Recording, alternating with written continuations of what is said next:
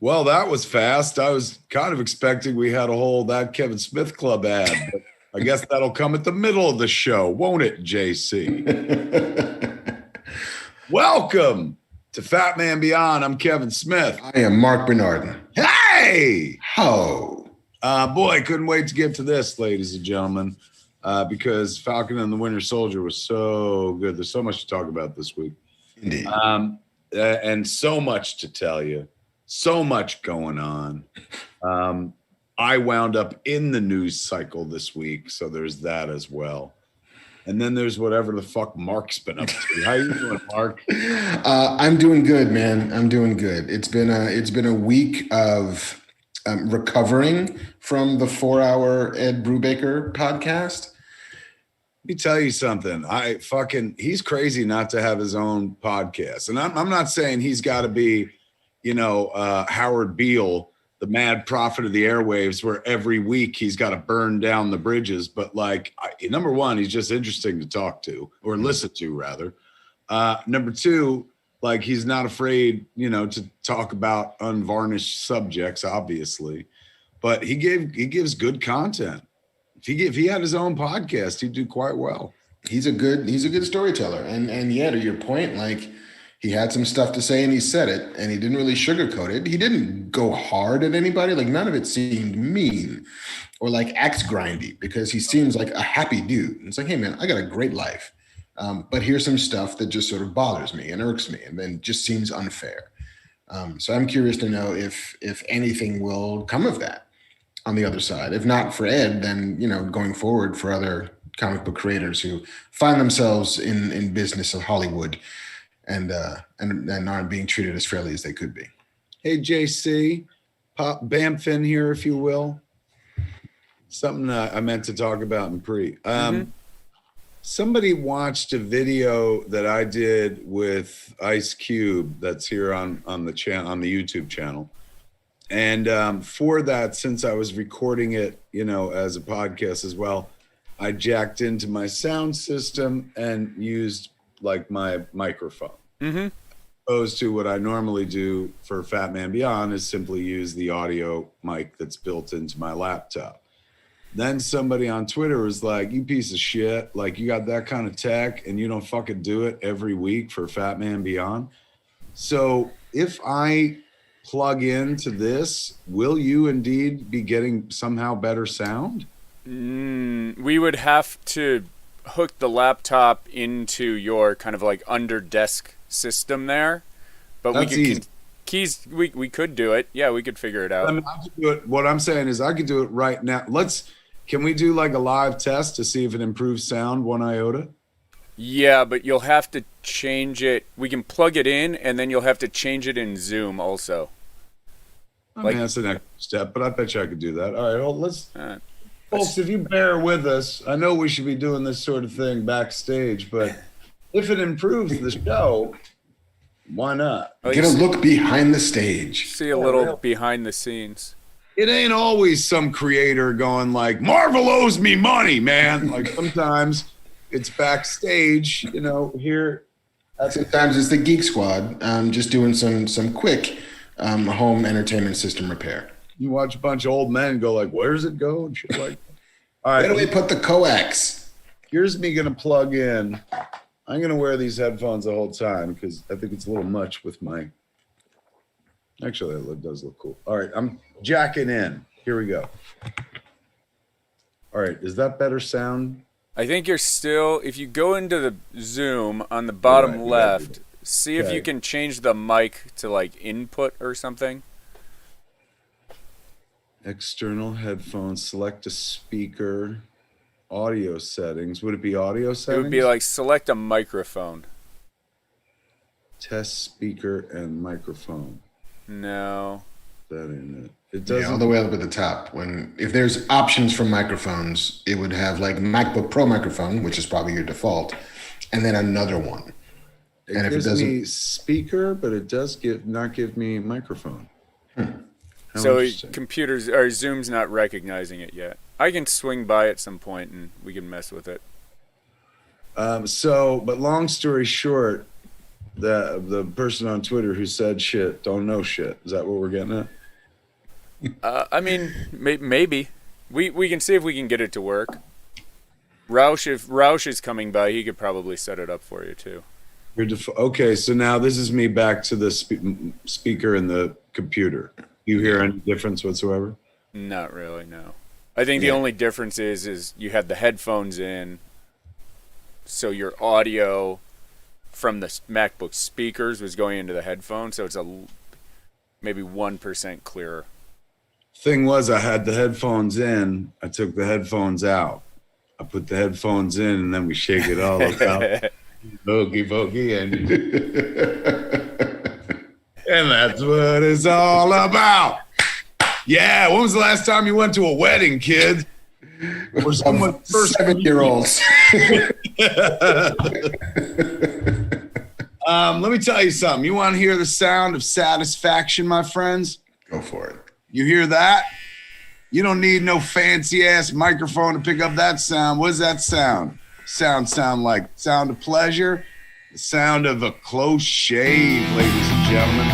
Oh, close Manscaped shave, ladies and gentlemen. Ooh. That brings us to this week's sponsor, kids. You know how much we love Manscaped. Manscaped must love us because they keep coming on to be the proud sponsor of Fat Man Beyond, as they are this week, man. Get 20% off plus free shipping with the code FATMAN20 at manscaped.com. That's 20% off plus free shipping with the code FATMAN20 at manscaped.com. Your balls will thank you, kids. Mark, tell them what's going on with Manscaped. You know what? Like, not only will your balls thank you if you take care of them with Manscaped, you need to take care of your balls themselves. Did you know that one guy every hour, every day, is diagnosed with testicular cancer? So this is a reminder to all of the men listening to check yourself before you wreck yourself. Manscaped, in addition to providing the right tools and solutions for safe and easy manscaping, has partnered with the Testicular Cancer Society to spread awareness for men's health and early cancer detection. Together, TCS and Manscaped are committed to raising awareness for the most common form of cancer in men aged 15 to 35 and giving support for fighters, survivors, and families impacted by testicular cancer as part of their We Save Balls initiative. So while you're down there cleaning up your sack, why not go ahead and give them a little investigation for lumps and changes in size or any pain? I think we can all agree it's pretty fun playing with your balls anyway. Manscaped recommends you check yourself once a month. So if you do feel any lumps or swelling, give your doctors a call. Manscaped, kids, doing the Lord's work there, as you've heard, of course, but also just doing the Lord's work in terms of looking out for your nuts. Whoever in the history of products has ever been like, you know what? I'm sticking my flag on a set of nuts. They need to be shorn like a sheep. They need to be shiny and they need to be toned and smell good and stuff like that. I'll tell you who created that. Somebody who's like, balls suck. Let's make them better. And they have, man. The good folks at Manscaped have been making it better for a long, long time now. Did you know that everyone the world over uses Manscaped? Because it's now available in the USA, where we are. Hooray for the USA. Canada, which is so nearby to us, the UK, which is like fucking Harry Potter's away from us, Australia, New Zealand, which are like fucking Peter Jackson's the fuck away from us and stuff. This Manscaped's taking over the world, kids. You know why? One simple reason: balls everywhere. Yep. Like half the people have balls. Kind Half. of. I think that's the way the numbers check out. That's right. That's why only some people succeed, because only half people have balls. I'm mixing my metaphors. The good folks at Manscaped, man, we thank them for being today's sponsor on Fat Man Beyond. One more time, get 20% off plus free shipping with the code FATMAN20 at manscaped.com. That's 20% off. 20% off to shave your nuts. What are you waiting for? Plus free shipping with the code FATMAN20 at manscaped.com. Your balls, they're going to thank you, kids. All right. Will Wilkins jumped in to try to talk me through this. I plugged back into the board. Mm-hmm. He says, click Zoom US in the left-hand corner, preferences, and then choose audio, which is there. Next to the test mic button, you choose your digital interface from the dropdown. So here's the test mic button. That says speaker, so obviously not that. External headphones, maybe. Hello, you guys still there? Yeah, I can still hear you. And then, no, there's only one microphone, and it's the MacBook Air microphone. So, no, Will Wilkins. You sent me 2 notes as if you were like, come on, Kev, a child could do this. And now I look like a fucking dick twice. Yoink. We're back to reality. Can you hear me? Yeah, never stop being able to hear you. You're all good. That's what happens when you try to improve perfection, kids. You get too close to the sun on wings of wax. Look at all that Cruel Summer gear. Bring it in here, man. We can show it off. Cruel Summer swag. My kids' TV show, Cruel Summer, debuts this week. 420. Thank you. Like you didn't know 420. Momager in the other room there, fucking Kardashian lady. So they just sent over a bunch of branded swag stuff that says Cruel Summer all over it. Cruel Summer, 420 on Freeform. You can see it on Freeform. That's right, kids. There is so much to talk about, my friends. Later on in the show, Kristian Harloff going to join us to talk about the Schmodown, which both me and Mark and I have both been on. Indeed. And Kristian will try and get me to come back. And Yeah, I may or may not bow to his desires. We'll see. Tempt Mark back into the league, man. Gun shy, because he took some licks last time. I got hit hard. But geez, you're too good at this. So they're going to try to drag him into the league. So we'll talk to Kristian about the Schmodown. But before we do that, of course, we'll talk about Falcon and the Winter Soldier, do our recap. That'll be first order of business after we talk about whatever bullshit we've been working on. This week, kids, I was in the news because we announced that we're going to open Jay and Silent Bob's Crypto Studio. Ooh. A graphic that's going to fly in right about now. Jay and Silent Bob's, yeah, look at that shit. It is our NFT funhouse, Mark, and it caught a lot of attention this week because we announced that we're going to sell my horror anthology Kilroy was here as an NFT, the first movie to be done such, although there's some debate as to whether that's true or not. But we are also selling these smoking tokens and with Captain Ribman art and the Blunt Man and Chronic cover that he did as an NFT. There's a sneak preview Kilroy NFT. There's the platinum smoking token gets you into Clerks 3, which we're shooting this summer. So it's all sorts of good stuff if you're into the world of crypto or NFT. Some folks came at me pretty hard on social media about like, this is not ecologically sound. However, we are using the wonderful Phantasma chain. So they are the most ecologically sound in the business. They don't mine for Ethereum the way that other companies do. So we found a place that was pretty clean as far as this stuff goes. And I don't know, it's a blast. We got so many drops planned. But 421 is the first of those. That's when we open up the Jay and Silent Bob's Crypto Studio. So if you want to be in Clerks 3, man, that platinum token is an easy way to get into it. And then if you want to own a movie and become a distributor, there was some, consternation online when we talked about selling Kilroy as an NFT. I guess some folks were like, how is that hurts film? I completely disagree. I talked about in an interview, a bit of the motivation was 1997. I was at South by Southwest Film Festival, and we were doing a panel, and it was like a bunch of directors, and there was Quentin, Robert Rodriguez, Mike Judge, George Huang, who did Swimming with Sharks, Steven Soderbergh, who, you know, did everything, and myself. And, you know, everyone asking filmmaker-oriented questions. Quentin got a question at one point. Somebody was like, how do I be you or something like that? And Quentin was like, don't. He's going, this business needs more distributors and exhibitors. Like, please be that. It has so many filmmakers, but like not enough people to get the movies out there and stuff like that. And so that always stuck with me. I was like, oh, that's true. He's absolutely right. Everyone wants to do this one thing. Nobody wants to do the other thing. You win the Kilroy NFT when we do it in the second drop. You win the ability not only to own this fucking one-of-a-kind NFT, but then in the real world, you get the movie, like the hard drives, all the files, same way as if we sold the movie to a distributor.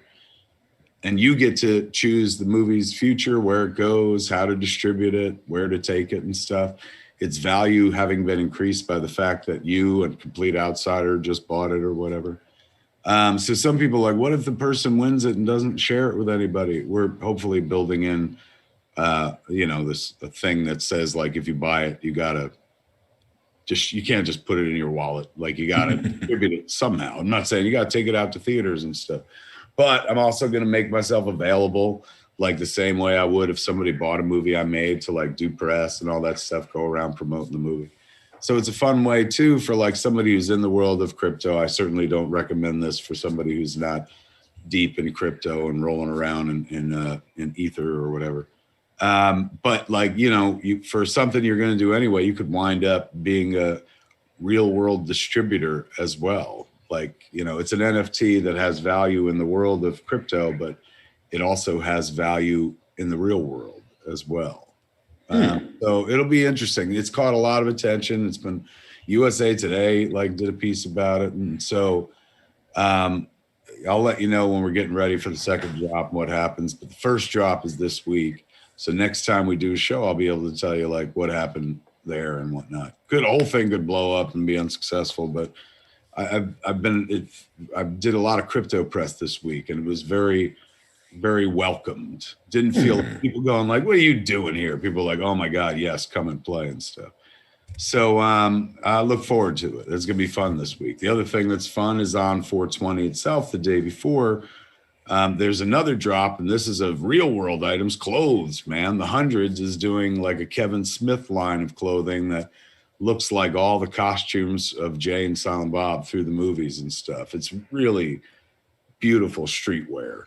So the way they run their operation is they only make a certain amount, and then they open the doors and there's a line, and once it's gone, it's gone. So if you're into that sort of thing, if you want to wear a hoodie made up of all the Blunt Man and Chronic and Chasing Amy artwork and Baby Dave, all the fake comic books that were in Chasing Amy, they got that.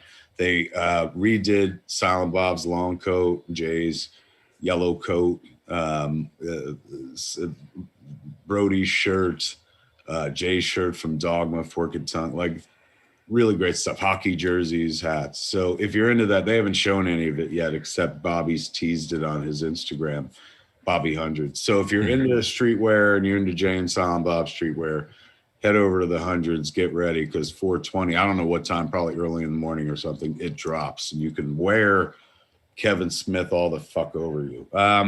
This was a hell week for me, and as much as not hell meaning like it sucked, but I was just busy every fucking day. Monday and Tuesday, I was shooting something that I can't talk about yet, but it's Masters of the Universe oriented. We're getting very close to releasing. What the hell is this? My kid trying to fucking FaceTime me. Very close to more information coming out. Next month, people will see their first images to Masters of the Universe, Revelation, the series that Mark and I worked on. So we did something on Monday and Tuesday that has something to do with that. Literally just off camera, I have the toys, the prototypes of the toys. I could be like I could do the ultimate show off. And you think we got a lot of press because Ed Brubaker spilled the tea?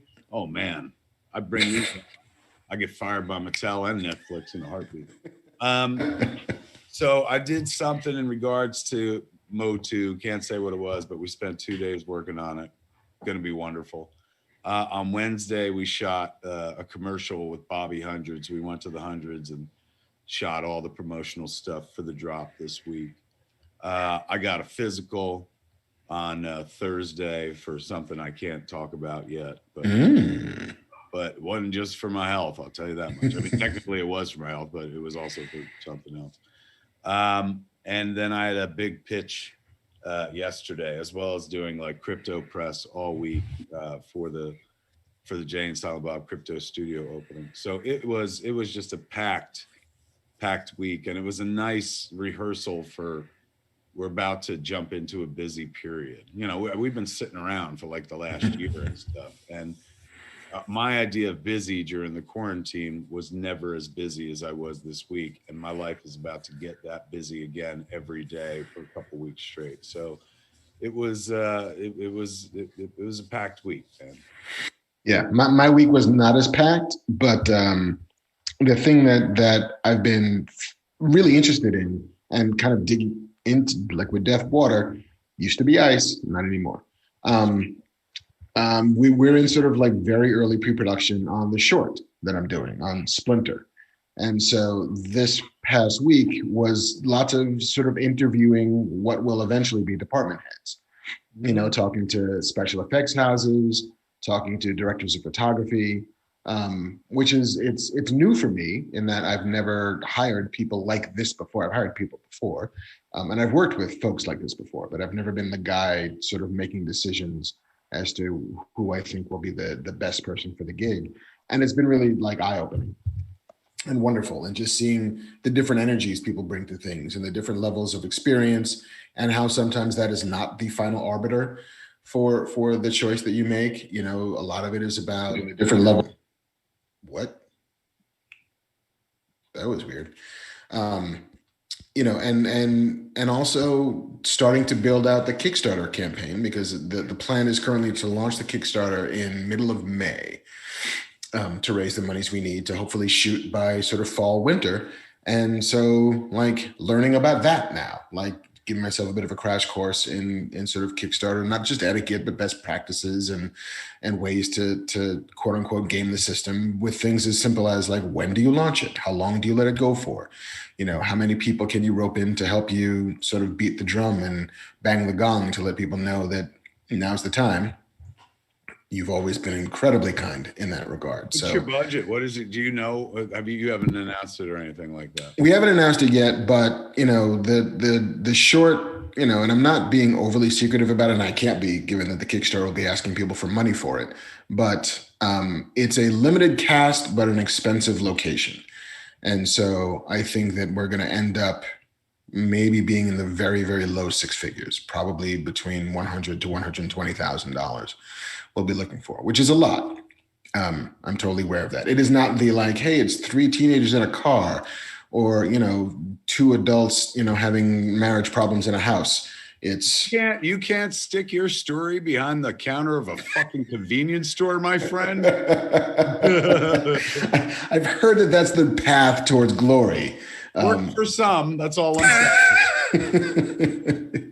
I feel it's ambitious, but you know, it's also reachable. I think you've got a large enough fan base from the show. You know, I mean, although like you like to point out on social media that some cats are not fans or whatever, but I think largely, overwhelmingly so, most people are fans and would be very like supportive, man. Like, so I feel like you'll do well. Like in a world where we had Ed Brubaker on last week, and he sent us a lovely fucking message about his books fucking jumped up the charts. I don't know what charts he was looking at, but right. And like overnight, like this, he sent us a text like the next day saying like, I saw sales blips right after we wrapped.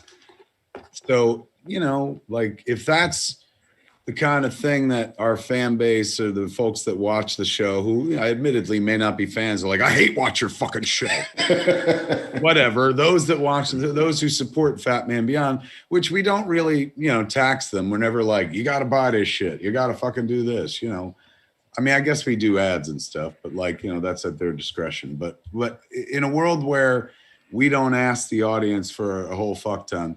I think going out there, you know, and being like, Mark's going to make a flick and shit. I bet you a lot of people will be like, yeah. I mean, they'll do it. They'll finance it just so they could fucking like be negative about it when it's done, just to push it back in your face. I will happily take hate donations if that's the way it goes. They're like, you know, the way you treated the Snyder cut, that's how I treat the Bernardin cut, bitch. Here's $400. Go make your dreams so I can shit on it. And I will thank you kindly for said donation, and welcome your harsh criticisms. And then, my friend, you will know what it is to be a filmmaker. That's awesome, man. So wait, when you're talking about dropping it mid-May, when would you want to shoot? The hope is to shoot in like late October, early November. Just to give the Kickstarter some time. We'll probably have that up and running for 30 to 45 days. Give enough time for real pre-production once we have the money in hand and can start hiring production designers and sketches and storyboards and all that stuff. But also to let COVID kind of recede a bit more. You know, I think part of the budget, you know, if we shot today, a third of the budget is spent in sort of COVID safety, which is mandatory and has to happen. Are you shooting real world, or are you is your plot involve elements like of the Unreal? Or it's very real world. There's a little bit of VFX stuff, you know, but it's not like robots or dinosaurs or like character replacement or anything like that. Right. So COVID is a factor. Like COVID is 100% a factor, even with a smallish cast, and even, you know, we're shooting all on sets. So yeah. And so to be able to like let it kind of fade away, to let people get vaccinated, to let, you know, all of the tears begin to drop, and so hopefully we get a more holistic filmmaking experience, which I kind of want for my first time. Like, I'd rather not be in a bubble if I don't have to be. If I have to be, I will be. But if there's a way to let time do its job, then I'm happy to let that do it. So yeah, that's been a lot of this week is working on that stuff. Fucking exciting, man. Look at you taking a big old step. You know, I don't know what happens on the other side of it, and I'm not even thinking about it that much because, you know, like my reps are like, well, do you want to be a director now? I'm like, I don't know. I just want to do the thing and have the thing done, and then we'll see what happens on the other side of it. But for those that haven't been following closely, Mark had, you know, as a kid was like, I want to do a thing by the time. And when I say kid, he was in his like, you know, whatever. Early 40s. It was like before I hit 50, was that it? Yep. Before he hit 50, he said he wanted to direct a thing, and Mark is going to be 50 in like, you know, 10 minutes. So he suddenly realized, hey man, the window's still open. So that's where this movie came from. So you'll be able to support him when mid-May he drops the Kickstarter and whatnot. Yes. And if you watch this show and if you follow me anywhere, I will make it my business to not let you avoid it, because the only way to get this thing funded will be to be a pain in the ass about it. But I'll try to be as nice a pain in the ass about constantly banging this drum as I can. You know, I hear, I think I figured out how we could raise money for your Kickstarter when it begins. Okay. Do a whole episode. Number one, we can do a whole episode where, like, you know, what do we raise money for that one cause? Oh yeah, we did the bookstores for the independent mom and pop shops. So we could do something like that, but it's you re-reviewing the Snyder Cut through an effusively positive lens. It'll be the Clockwork Orange. For all the people that were mad, they're just like, that's worth the money. That's what I thought. Because I see how much it hurts. It's like I'm watching you slowly die. Like, no, this moment is amazing. So much character depth and plot acuity. Oh, I love it. I love it. Do you require a bar in your short? I know a guy. You know a guy who knows a guy. I don't require a bar for the short. I wish I did. Again, if I was smarter, I would have written a thing set in a bar. No, I wrote a thing set on a plane, which oh my God, that's right. Yeah. So you need a set. You need a fucking. I need a real deal set. I don't need like I can't Swede this like in Be Kind Rewind. Like I've got to actually have a plane. Deep cuts. Deep cuts. However, I think, JC is kind enough to volunteer the bar as the location for my Kickstarter video, which I need to record soon. In which I make my plea, in which I come clean and ask the big ask, give me some money, please. For those who are like, hey man, are you drinking fucking a 40? Not at all. This is well, obviously not a 40, a tall boy. It's a liquid death. It's that drinking water. This is just drinking water, but they got a fucking real metal slogan, murder your thirst. Somebody once sent it to me. No, they didn't. How I found this shit originally is I was in a store, like in another state, and I was like, what the fuck? And so when I came back home, I was like, is it available? And I found it on Amazon. And then I Instagrammed it one day. And then Joe, Deathstroke Joe, was like, hey man, like I'm involved with those cats. Let me send you some water. So he sent me some water. I think he's on their board or something like that. But I just buy it. So this ain't even a commercial. This is just, I like water. Yeah. I just like, sometimes it's easier than pouring water. Usually I have it in the fridge out there for guests, and I just get water out of our, like, bloop, bloop, bloop, bloop, the water thing. But we were running so late and I was like, oh shit, like I don't have time to pour a water. I'm going to grab one of these. And it's really now turned into a fucking free commercial, which I feel like kind of bad about, but not bad about because I actually like this fucking product. But for those who are like, what are you drinking, beer? I like to imagine the person who just stumbled onto this show for the first time right now. And it's like, are they talking about water? Yeah, man, I just like to pour myself water sometimes. But if I'm in a rush, I just do the canned water. Why is this show so popular? Is this what they fucking talk about? Like water poured from a blub, blub, blub, as he said? When are they going to talk about Falcon Winter Soldier? We'll get there. When's that? For all those who, hey, JC, how long have we been going? What point of the show are we in right now? Like the minute, like 45 minutes. Yeah, how Bam Finn here, JC. How long? 35 minutes about. All right, so this is for all you fuckers who in the comments when the video's done put up the exact time that the Falcon and the Winter Soldier's talk begins, thereby skipping all that awesome "what kind of water do you drink, Kev?" chatter that makes Fat Man Beyond so very Jeff's fucking kiss. So if you're one of those fucking little like time code terrorists that has everyone skip over to good shit just to get to what you want to talk about, I say thank you. Thank you. Come again. Let's get ready, kids. Now you were all for everyone. What do they say when you go to a place? And now the moment you've all been waiting for. That's it. It's been so long since I've been in a fucking public show setting. I forgot the terms of art, Mark. I was also like, what do they say when you go in a place? I'm like, I don't know what they say. I was awfully vague. It's like calling you on a lifeline for that fucking show and only giving you that. And you're like, I can't help you. The moment you've all been waiting for? But it's a shoe store, sir. The moment we've all been waiting for, kids. Right now, me and Mr. Marc Bernardin are going to recap, as in Captain America, and perhaps spoil episode 5 of Falcon and the Winter Soldier. Bam, it begins now. Beautiful episode that I saw twice already and adored. And I'm going to let you begin, though, Mark. Okay. While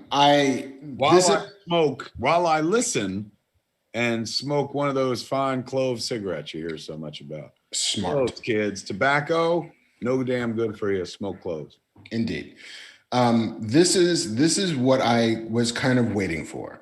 And we had talked last week about kind of my desire for us to re-engage with this idea that seemed to be driving, the heart of the show, which is, can Sam Wilson, can a black man be Captain America? Yes. And, and once you sit down on that idea, as we do in this episode, for a good 10 minutes, just sort of talking about that very idea, It was some of the most powerful stuff that I'd seen, A, in this show, and B, kind of all year. And a little bit of context for me. My grandfather was born in 1900. He's since passed, but he was a century baby. And I remember when I was a teenager, and I don't think I was actively for real thinking about joining the military. I might have mentioned it, like watching some commercial or something. But I remember, like, and at the time he would have been 80 something years old. He just turned to me and he said, listen, a black man has no place in the military. They took so much from us already. Don't give them everything. And, you know, that clearly has stuck with me now 30 or 40 years later. And, you know, for context, again, he was 80 years old, but he was a man who had living family that had been slaves. So it's a very specific perspective. But, you know, and to see Isaiah Bradley have this conversation with Sam, talking about the sacrifices that he gave to a country that would not return, at the very least, dignity, let alone prosperity. You know, talking about the Tuskegee Airmen, you know, flying hundreds of missions and saving thousands of lives and coming back to America to get, you know, spit on and have things thrown at them in the street.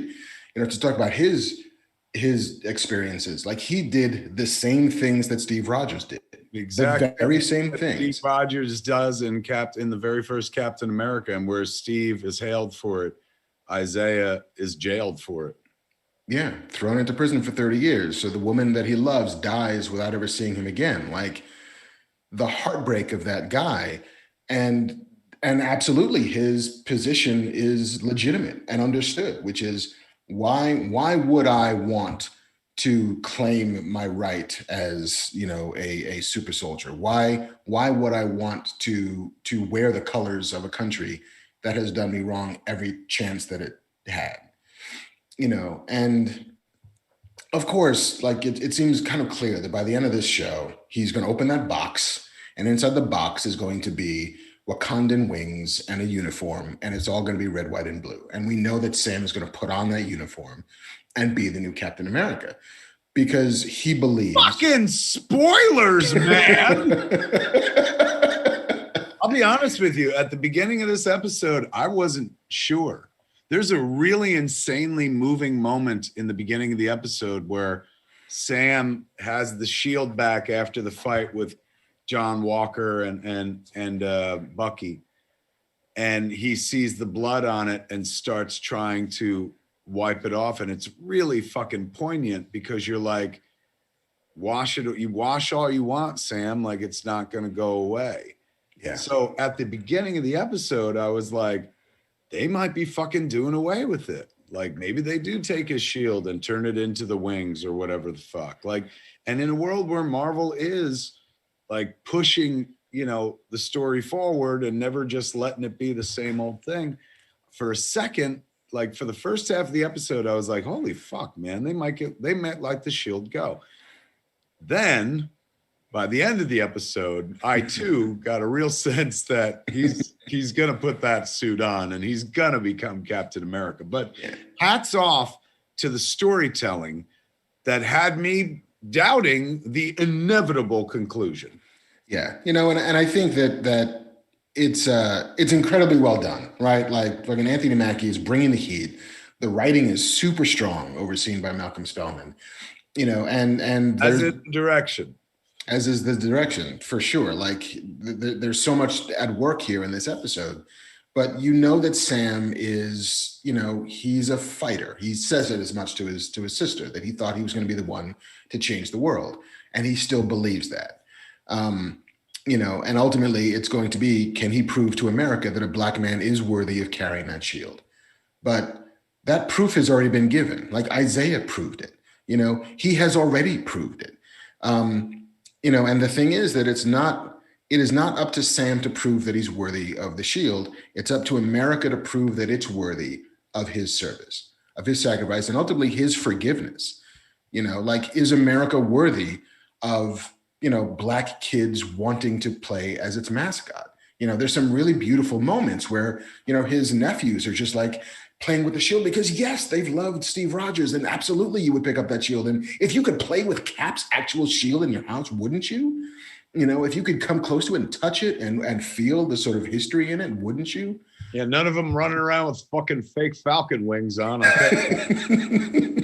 you know, it was a really touching moment, and nothing I ever connected, but it was definitely intentional, was when they called him Uncle Sam, and I was like, yep. Oh, of course he's gonna be fucking Captain America. He already is. He's Uncle fucking Sam. Yeah, you know, and there's no way for this show to have known that it would come out when it came out. But, you know, there's something really sort of poignant and moving and incredibly relevant about us watching this episode at the end of a week that began with us seeing footage of an Afro-Latino man in uniform, a guy named Caron Nazario, who was pulled over and pepper sprayed in uniform for no other reason than he was Black, you know? And so is that the same kind of world where that person would eventually not just get to be Captain America, but even want to be? You know, and so I really appreciate that this is a show that is dealing with all of this like on Front Street. Like, we're not even hiding it. It's just text, not subtext. It's not hidden. This is what this is about. The thing that I'm a little worried about is that it will ultimately let America off the hook, because yes, Sam's going to be Captain America, and yes, he will probably prove that he's worth it, but it's not for him to prove. You know, it is America in both this fictionalized version of it and in the real version of it that needs to find its way to understand its own problems without the presence of somebody else fixing it for them. So yes, that is my like deep feel about this episode, and it's provocative in all the right ways. Beyond that, like, I just really fucking liked it, even apart from that stuff. You know, I loved the John Walker stuff. I loved, you know, his feeling of privilege. Like, I'm supposed to be Captain America. I've lived my life training to be Captain America. You can't take this away from me. I'm what you made me. I'm going to be Captain America, whether you say I can or not. You know, like, I loved the stuff when Bucky comes to New Orleans or Louisiana to come and hang out and fix a boat. Like, I love This Old Boat episode of Falcon Winter Soldier, where we're just rehabbing some old shit. Come on, guys, let's sand some wood. It's also like the boat, you know, bring the community together to repair the boat, which was a lovely note in and of itself. And getting to watch Bucky flirt with Sam's sister.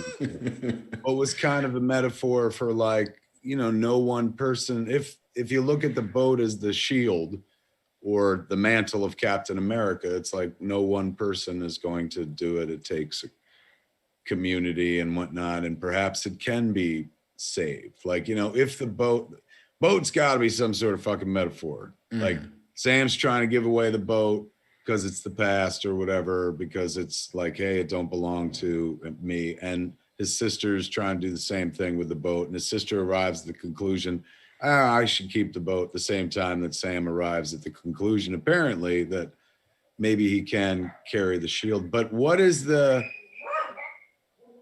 dogfight outside? What do you like? I mean, this is a ridiculous question, but this is kind of shit we do here. After that big speech Isaiah gives him, is Isaiah disappointed if Sam becomes Captain America? I kind of feel like he would be.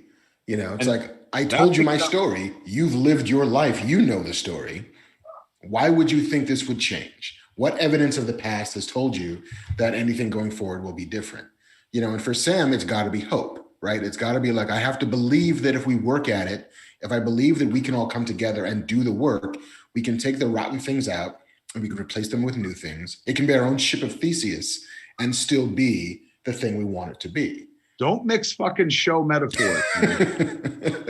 Because they're literally working on a ship. And it's like, can we make this, which we know is broken and we know is tarnished and we know is rotten from within, can we fix it? All of us together. And if we're willing to do the work, will this boat still sail? And, you know, do we rename the boat? Of course we don't, because this boat belongs to us. It's our history. So we have to be mindful of that while still finding a new way forward.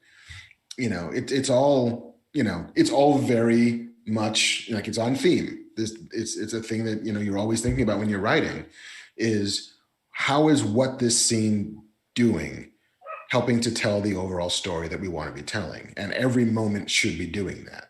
It should either be on theme or on character or on plot. And when it's working well, it's all of the above.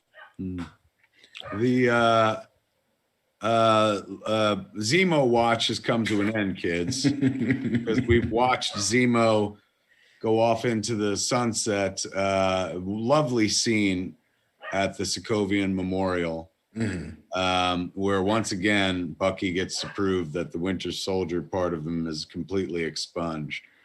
Zemo watch graphic went up.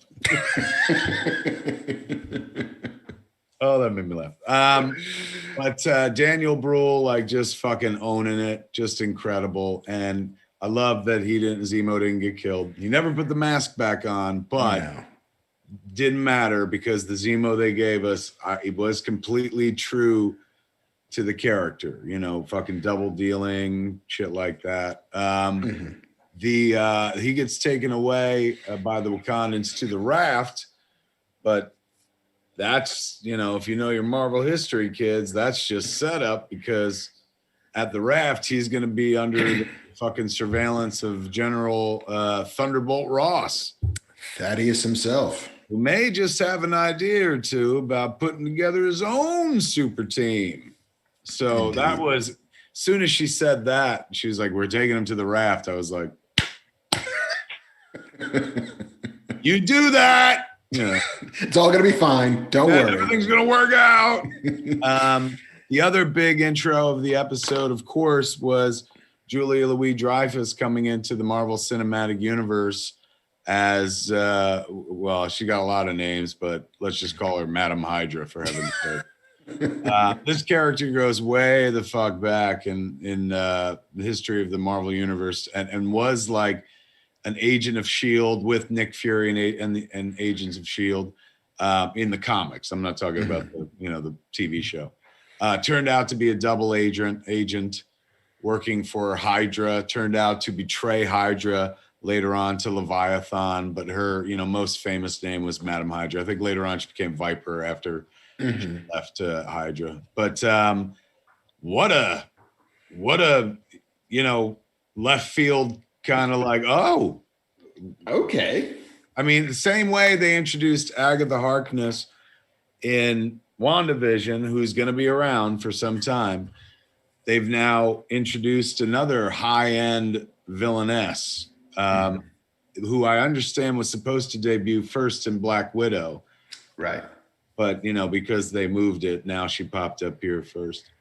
But I wonder if they'll do like her relationship with Nick Fury, because in the comics, she and Nick Fury were a thing. You never can tell. They absolutely could and should. But she's fucking wonderful. I mean, most people, of course, are like Seinfeld, but like her as Veep is some of the most biting fucking comedy you've ever seen in your life, and she is fucking flawless. So she came in very Selena Meyer into this scene, and provided us with a bunch of information, breadcrumbs, but information nonetheless. And she knew that Walker took the super soldier serum as well. And also a little secret, the S.h.i.e.L.D. doesn't really belong to the United States. Like, it's a gray area. It's Wakandans. It's the material had to have been taken from Wakanda and wound up in the care of Stark, of the senior Stark. But yeah, ultimately, in a world where you were, turning over items or artifacts stolen from other countries in the midst of war, as happens, all that shit belongs to Wakanda. They could have taken the S.h.i.e.L.D. last week when she was like, leave it. But technically, it's all theirs. They painted it funny. We don't want it. Interesting notion, though, to bring up and to add. You know what I'm saying? Like, nobody drops that in without wanting to use that information. Yeah. I mean, I think it's all part of the John Walker arc, because there he's at his lowest moment where he's been defrocked by the government and just sort of left with his wife. And the idea that the S.h.i.e.L.D. itself is not American and hence is not what makes a Captain America is what's on his mind. And so that's why you get that scene in the middle of the credits, our first mid-credit sequence, on Falcon and Winter Soldier, where he's welding his own shield, taking his medals of honor and hammering them into the surface. He's forging just like Tony Stark did. Mm-hmm. As Tony Stark built a hero, and John Walker is building the U.S. agent. Speaking of shields. Well, hold on. Before we go there, listen, I thought this was interesting. FNA Presents on Chatter said, Kevin, do you know about the Sharon Carter phone theory? You know, they showed Sharon Carter this week, and she was hiring Batroc. Yes. And the intimation was like she had hired him the first time. So you're like, what the fuck? So, but this is interesting. Villains cannot use iPhones. Heroes use them, but she does not. Are Apple products not allowed to be filmed in the hands of bad guys? I think that's true.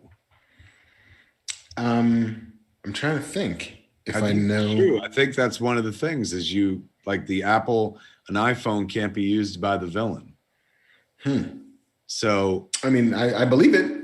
Sharp eye. If they saw, I guess what they're saying is Sharon Carter did not have an iPhone. I just assumed it was because she was in Europe, but they got iPhones in fucking Europe too. So, you know, maybe it's something to think about. Not Europe. Where is she? She's in Madripoor. Yes, Hightown. Interesting. We had two sequences with Sam and S.h.i.e.L.D. The first sequence is Sam and Bucky, and it's really, really strong. You know, it's the extension playing frisbee. You know, and it's the extension of that therapist scene where like they finally come on the other side of it. Close. Where Bucky is admitting that when he and Steve discussed, which we had never known before, that old man Steve and Bucky at some point had sat down and had a conversation about the shield, and old man Steve wanted to give it to Sam, and Bucky thought it was a good idea, and then said, "We never considered what it would mean for a black man to carry that shield, and for that I'm sorry." We just didn't know the contours of that relationship that a black man would have with A, this country, and B, with that piece of metal. And then getting to the reality of Bucky's list of amendments and how he wasn't making amends, he was avenging things, and he needed to ultimately, as I'm sure we'll see in episode 6, go to that old Asian man and tell him, "I killed your son, and that's why he never came home, and I'm sorry, and I'd like to beg for your forgiveness." And that's a great scene. But during that scene, they are flipping that shield around like they've been doing it for years. Like Sam's flipping it and catching it. Bucky's flipping it and catching it. Like it's not a problem until Bucky leaves and Sam forgets how to use the shield. And now we get the Rocky montage of him like, "I don't know how this works." And like, "I look out behind me. I might kill a child," because there were children running around that house. And he's whipping this thing at like 1,000 miles an hour and not catching it. Sam. Shield safety, man. Come on. Yeah, really. Well, he's training. It was weird, right? But I mean, it's one thing to play catch. It's another with someone else. Another thing to play catch by yourself. It's brought to you by Manscaped. Take care of your balls, ladies and gentlemen. We have one episode left. Indeed. And I mean, honestly, between that scene with Isaiah and that scene with Bucky, where he's like, even just him saying like, "Me and Steve never thought about like what it would mean to put the shields in the hands of a black man," or something like that. It's just like, could you imagine back when you watched Iron Man thinking you'd ever get this kind of storytelling?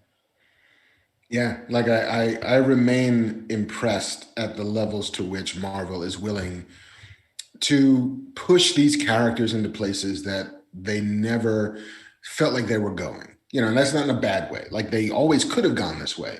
But in superhero fiction, by and large, you're not dealing that much with real world content, especially in adaptations of that stuff. And it feels like, not to say that one is contingent or relying on the other, but watching The Boys in the second season and how it's dealing with things like nationalism and extremism and propaganda. And then this season talking about things like, race and class and who gets to be one thing as opposed to who doesn't. And both WandaVision and Falcon Winter Soldier are dealing with some real fucking heavy shit. And I think it's very impressive, and doesn't need to be a thing that they do, but that they're doing it anyway is laudable. Double R Dub Gaming in chat says the scene with Walker and Lamar's family was gut wrenching. Yeah, that was fucking heartbreaking. Yeah. His sister could smell it though, man. She knew that he was bullshit. Yeah, like the fact that he's lying enough so that he believes the lie. Like if you tell the lie enough, you believe it's true. It's like, no, I killed the guy who killed your son. They're tracking the U.S. agent story pretty closely. Like not like beat for beat, but like he will now tread the line as the extreme Captain America. I don't think they'll kill him in the next episode. I think John Walker's going to be with us for quite some time. Yeah. I mean, but the one thing that makes me feel like I desperately want and don't know if we're going to get is season 2. Like they've never really we know there's no season 2 of WandaVision because that just spills right into Doctor Strange 2. But like, what happens with these two characters? I'm sure they will at some point appear in other stuff. Like it would be great if there's a sequence in Black Widow where Bucky shows up as the Winter Soldier, like still brainwashed. Like that's fucking rad. But how does these stories track forward? How do these traumas spill out? How do these characters go on? The most direct line is another Falcon Winter Soldier season 2, but I don't know. They haven't announced it yet. A lot of people in chat saying there's definitely going to be a season 2. I haven't heard anything about it. Raspberries pointed out, all I really want is a full retelling of Isaiah in the flashbacks. That was very surprising that they had Isaiah sitting there telling that story, and he's an incredible actor, so he held the frame. But in the same way that Wanda and her brother told the story about the missiles falling. Mm-hmm. Then years later in WandaVision, we actually got to see the scene recreated. He's a powerful enough actor where he held our attention, but like there's a world where as he's telling that story, we're seeing it in flashback. Right. But yeah. Hopefully they saw the way people reacted to the story and the character. And, that's something they got cooking for down the road, man, because fuck, I'd watch the fuck out of that show. Yeah. I mean, there's 100% a season of a TV show that is just Captain America truth. Yeah. And like telling that story.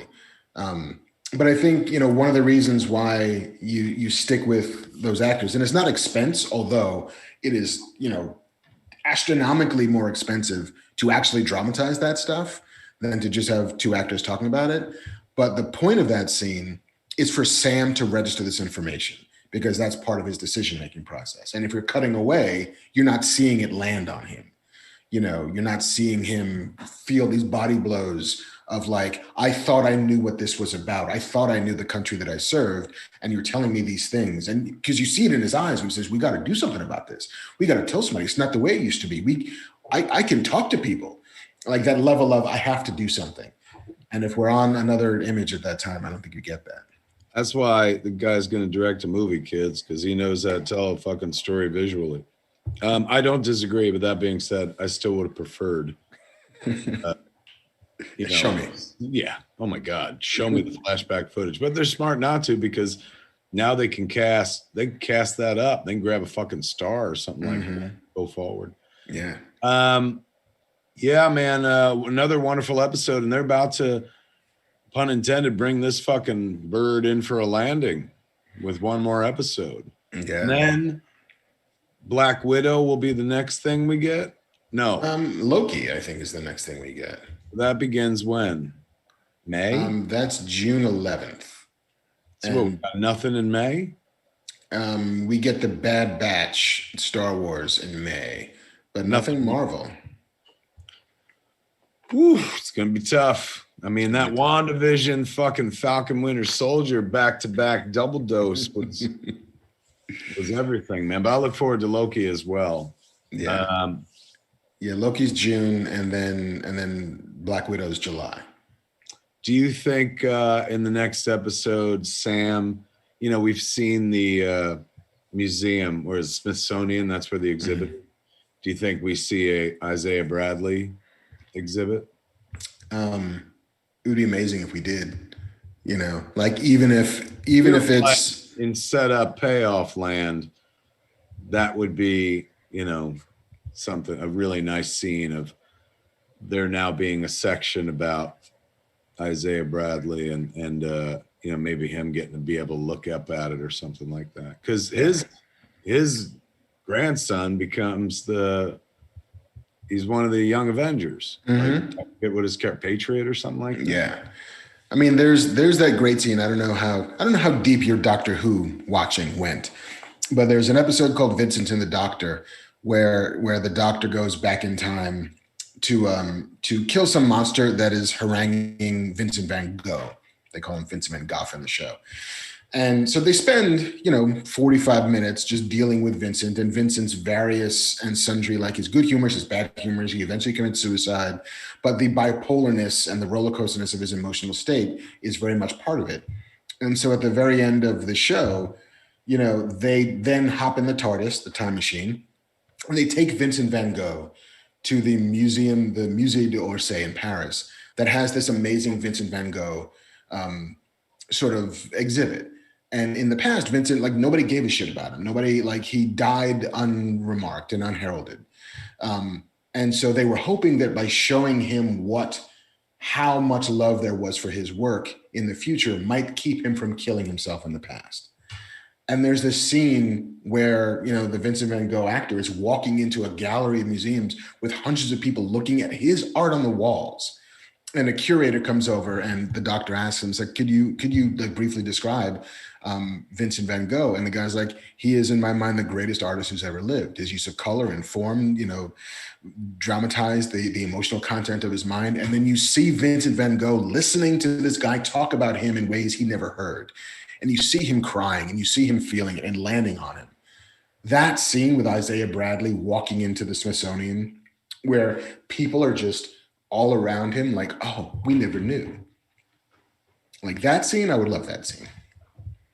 Oh my God. I get that scene. I finally wrote a scene. I finally marked it where I'm like, give me that scene. Here's a fucking thing that you should do. And that's so good.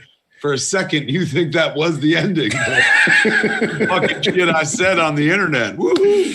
You made it up. Home run. I'll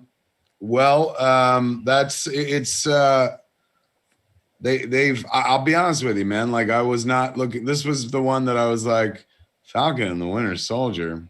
I'll watch it. And they really they wrote me in. They fucking really wrote my wife. She was all over that episode, man. This is how she likes a thing. At the end of a scene, all of a sudden she'll be like, and she did that multiple times during the fucking show. And at the end of the show, I was like, oh my God, this is really great. Yeah. And I said, when Julia Louis-Dreyfus came in, after the scene was over, I paused it. I was like, that's how they're getting fuckers like you. You know what I'm saying? Fucking, they got me. I don't care who plays fucking, Madam Hydra, but bringing in Catherine Hahn, bringing in Julia Louis-Dreyfus, that's how they're getting people, the last few remaining people who are like, I don't watch those movies. Those movies are for my husband, or those movies are for my wife, or whatever. They're getting you with fucking Julia Louis-Dreyfus is in this fucking thing. Yeah. They're getting you with great storytelling. Proof positive. We just started watching, and we're almost done with 20 minutes left to go. Ant-Man. And of course, Falcon pops up in the middle of the flick, and fucking Jen was like, "Ooh!" In delighted way that a fan would fucking react and shit like that. So, show's working on her too. And I thought, after coming from WandaVision, which was very female character centric heavy, and going into the sausage party that pretty much is Falcon and the Winter Soldier, that it might turn her off and it's more action oriented. And she's like, I don't need to watch them beat the shit out of each other. But she's been fucking on board, man. So they're bringing that demographic in,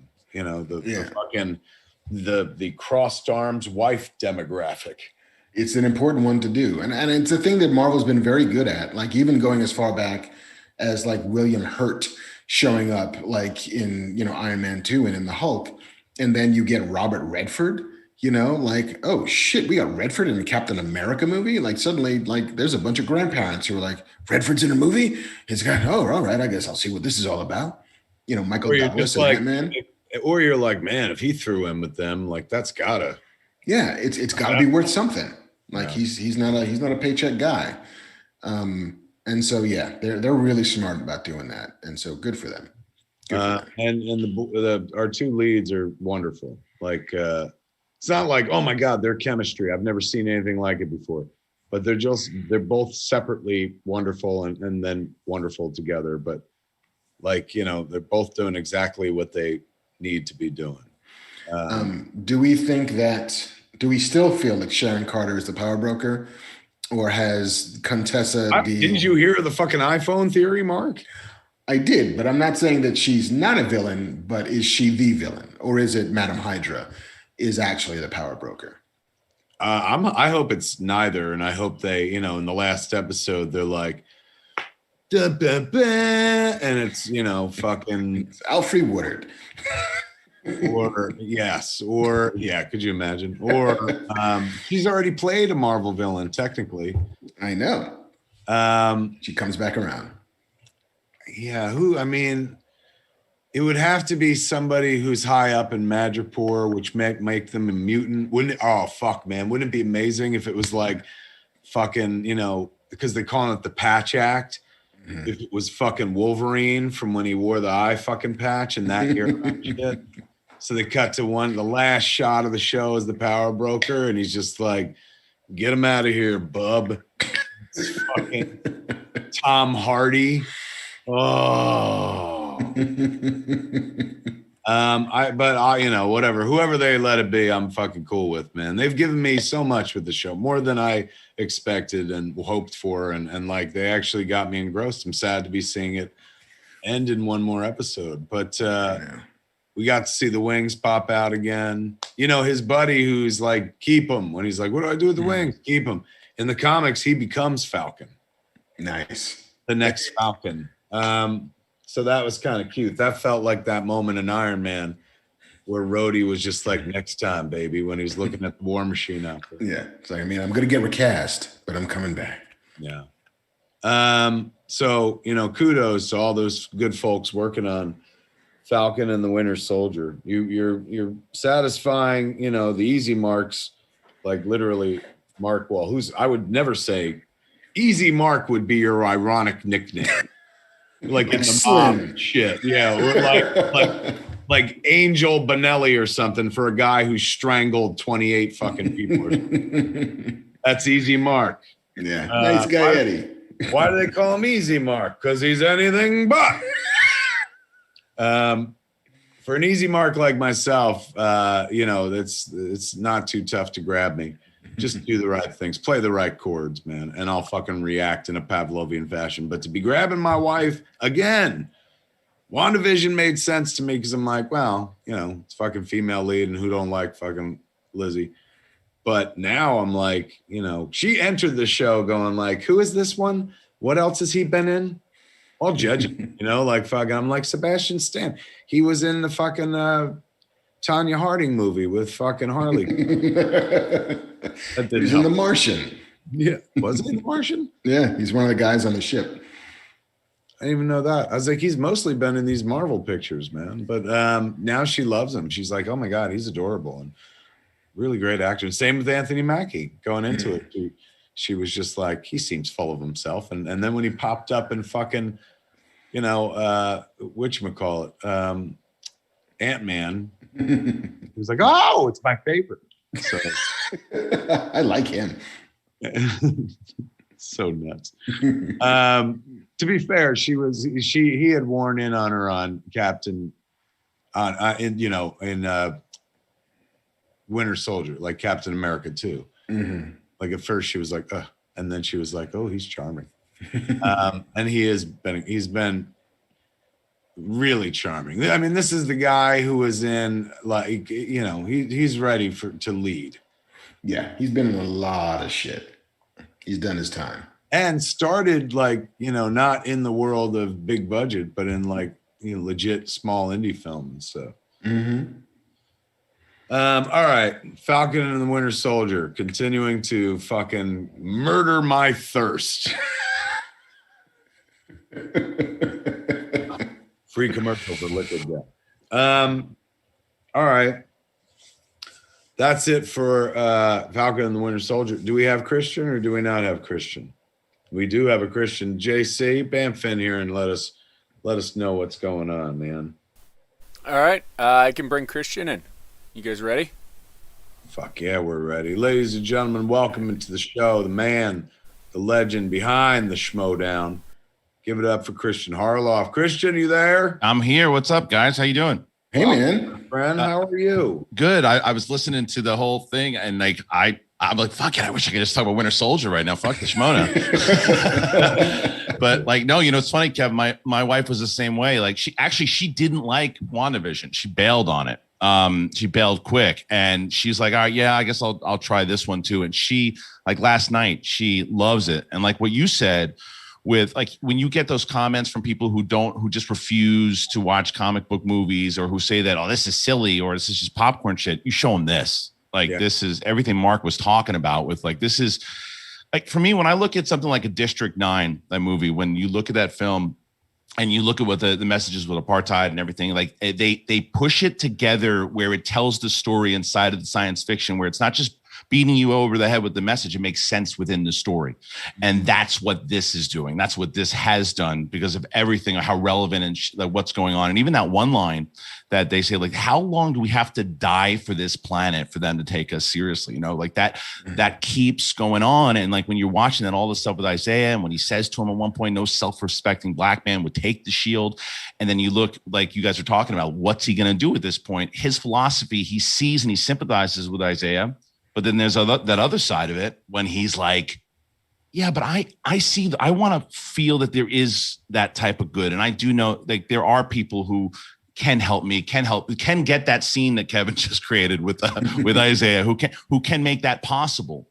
So this series has been something very, very different that I don't think anybody was expecting, in how, like, serious and relevant, but still not beating you over the head in the fact that, like, we're just going to tell you what's going on right now, because this is how we're feeling right now, and you should know it, disregarding the story. This doesn't disregard the story. It tells the story, and I thought it's done really, really well. What is the protocol in Sam suddenly deciding to be Captain America, being that they chose a Captain America? So, like, if he just puts on the suit and starts swinging the shield, like, can the government be like, no? I think that ties back to what Madam Hydra was saying. It's a tricky subject. They really, it's not their shield. It's not their shield. They really can't. So he'll be a Captain America that is completely untethered from the government. Sounds like, right? 100%. And I think what's funny is that at the very end, the little scene where Walker's making that shield. It's like, yeah, it's a cool moment, but it's like we're seeing a real lightsaber and then a dude building it at Disneyland. It doesn't have, you know what I mean? It's not the Wakanda. It's not this, it's so, but it's more about the symbolism and the fact that Steve Rogers never had to say, not once, I am Captain America. This dude says it while he's taking a piss. Like, he's every 5 seconds. So I thought the parallels were real good. And then the parallel, like you guys are talking about again with Isaiah and like all that shit that he went through, Steve went through, but Steve was yeah, that's Captain America. Look what he did. Let's give him the slow motion and the music when he's coming back in. But Isaiah, we're locking him up. And even his wife, same thing, same parallels. One lost the love of his life for years, gets her back. Not this guy. This guy is sitting there and just has his garden. Right. You know what I mean? He doesn't get his dance with Peggy moment. He's got his garden and his grandson, which I think that they're absolutely going to bring his grandson into it. And I think that and you guys were mentioning Torres. I think Torres is the underrated gem of this whole series. Like, I hadn't even heard of this dude. I know he's in like Top Gun or something, but I never even heard of him. I agree. He came across very real. He's fantastic. Show where, it's one guy's got a fucking robot arm. One guy's got, fucking bird wings and he can fly. He came across very natural and charming as well. And kind of, like I didn't realize it until this episode when he said keep him with the wings, that I'm like, oh, he is Sam in Captain America Winter Soldier, the same way, like he was to Steve, Torres is to Sam, kind of feels like the relationship. It's like passing the baton. It's like that. And like, this whole show, like, I'm a big 80s action guy, and like Lethal Weapon, and the loving that fact that they turned Zemo into Leo Getz. Like, I love all that stuff, right? Like it's like he's Leo Getz. He's that's such a like a great deep cuts yet not deep cuts because it's so mainstream reference. Well, he's so Leo Getz. I mean, you think about everything because Leo Getz he was a criminal, but you loved him because of the way Joe Pesci played him. And Zemo was the villain in Civil War, but you're not rooting against Zemo. He shoots a dude in the middle of the, like, that's Zemo being Zemo. You know, it's at this point, and even when he comes back, I don't want to see him being a villain again. I want to see him kind of helping out a little bit more because, and the other thing, and I'm sorry, I know that we're supposed to be talking about other things here, but like I'm just so this show like has really, I start thinking about it with Carter. The thing with her is that I don't think that she's the power broker because they want Evie dead. Power broker wants her dead, and she's sending Georges St. Pierre to help her out. Yeah, so it feels like in a world where they just introduced Madam Hydra, who is a triple agent minimum. It feels like Sharon could be a double agent who's like trying to survive and throwing this threat to, you know, the enemy of my enemy, ... kind of thing and stuff. Yeah. But the point that you make about, you know, fucking Zemo being Leo Getz is fantastic, dude. Yeah. He was one. All we needed was an Eastern European. They fuck you at the drive. Right. And he's doing the dance in the club, and it's like, I'm like, yeah, that's Leo Getz, and he's got his. What do you want, Leo Getz? What do you want, Leo Getz? They fuck you at the drive-thru. They fuck you. They kept Zemo true to his character the whole way through, even with that speech at the end. It's not like he was ever like, I was wrong. He's still committed to, you know, you can keep that character going as a guy who's like, I want to see superheroes stopped, particularly if they take him in the direction that it looks like they're going, by putting him on the raft and heading toward Thunderbolts land and stuff. So, I know this is probably blasphemy with you two guys, but like I was always such a big movie guy growing up, and movies was like the thing to me that, I mean, starting the movie trivia Schmodown, but like I have found within streaming over the last couple of years what is able to happen with characters. Like, to me, it's Empire Strikes Back, and then it's New Hope, and then it's Mandalorian for me, because there's so much development inside of those characters, and I feel the same about this show, the Marvel, because I liked Falcon. I liked the Winter Soldier before. Oh, yeah, it's cool. Those guys showed up. But I know so much more about them now. It was because I would just watch the 6-hour movie with them. I was able to get stuff like that in the boat. You can't have scenes like that for the inside of a movie that's going to cost $250 million that you're going to watch, because they're there to watch them fuck up Thanos. You know, they're not there to watch those scenes. And you get that in here. And I found myself, I care so much more. And I want, like, Star Wars, for me, I want Star Wars in TV from now on. If we never get a Star Wars movie ever again in the theater, I know, I'm sorry, but I couldn't give a shit. I want to see, I like the development inside of it. And I'm starting to feel the same way with Marvel.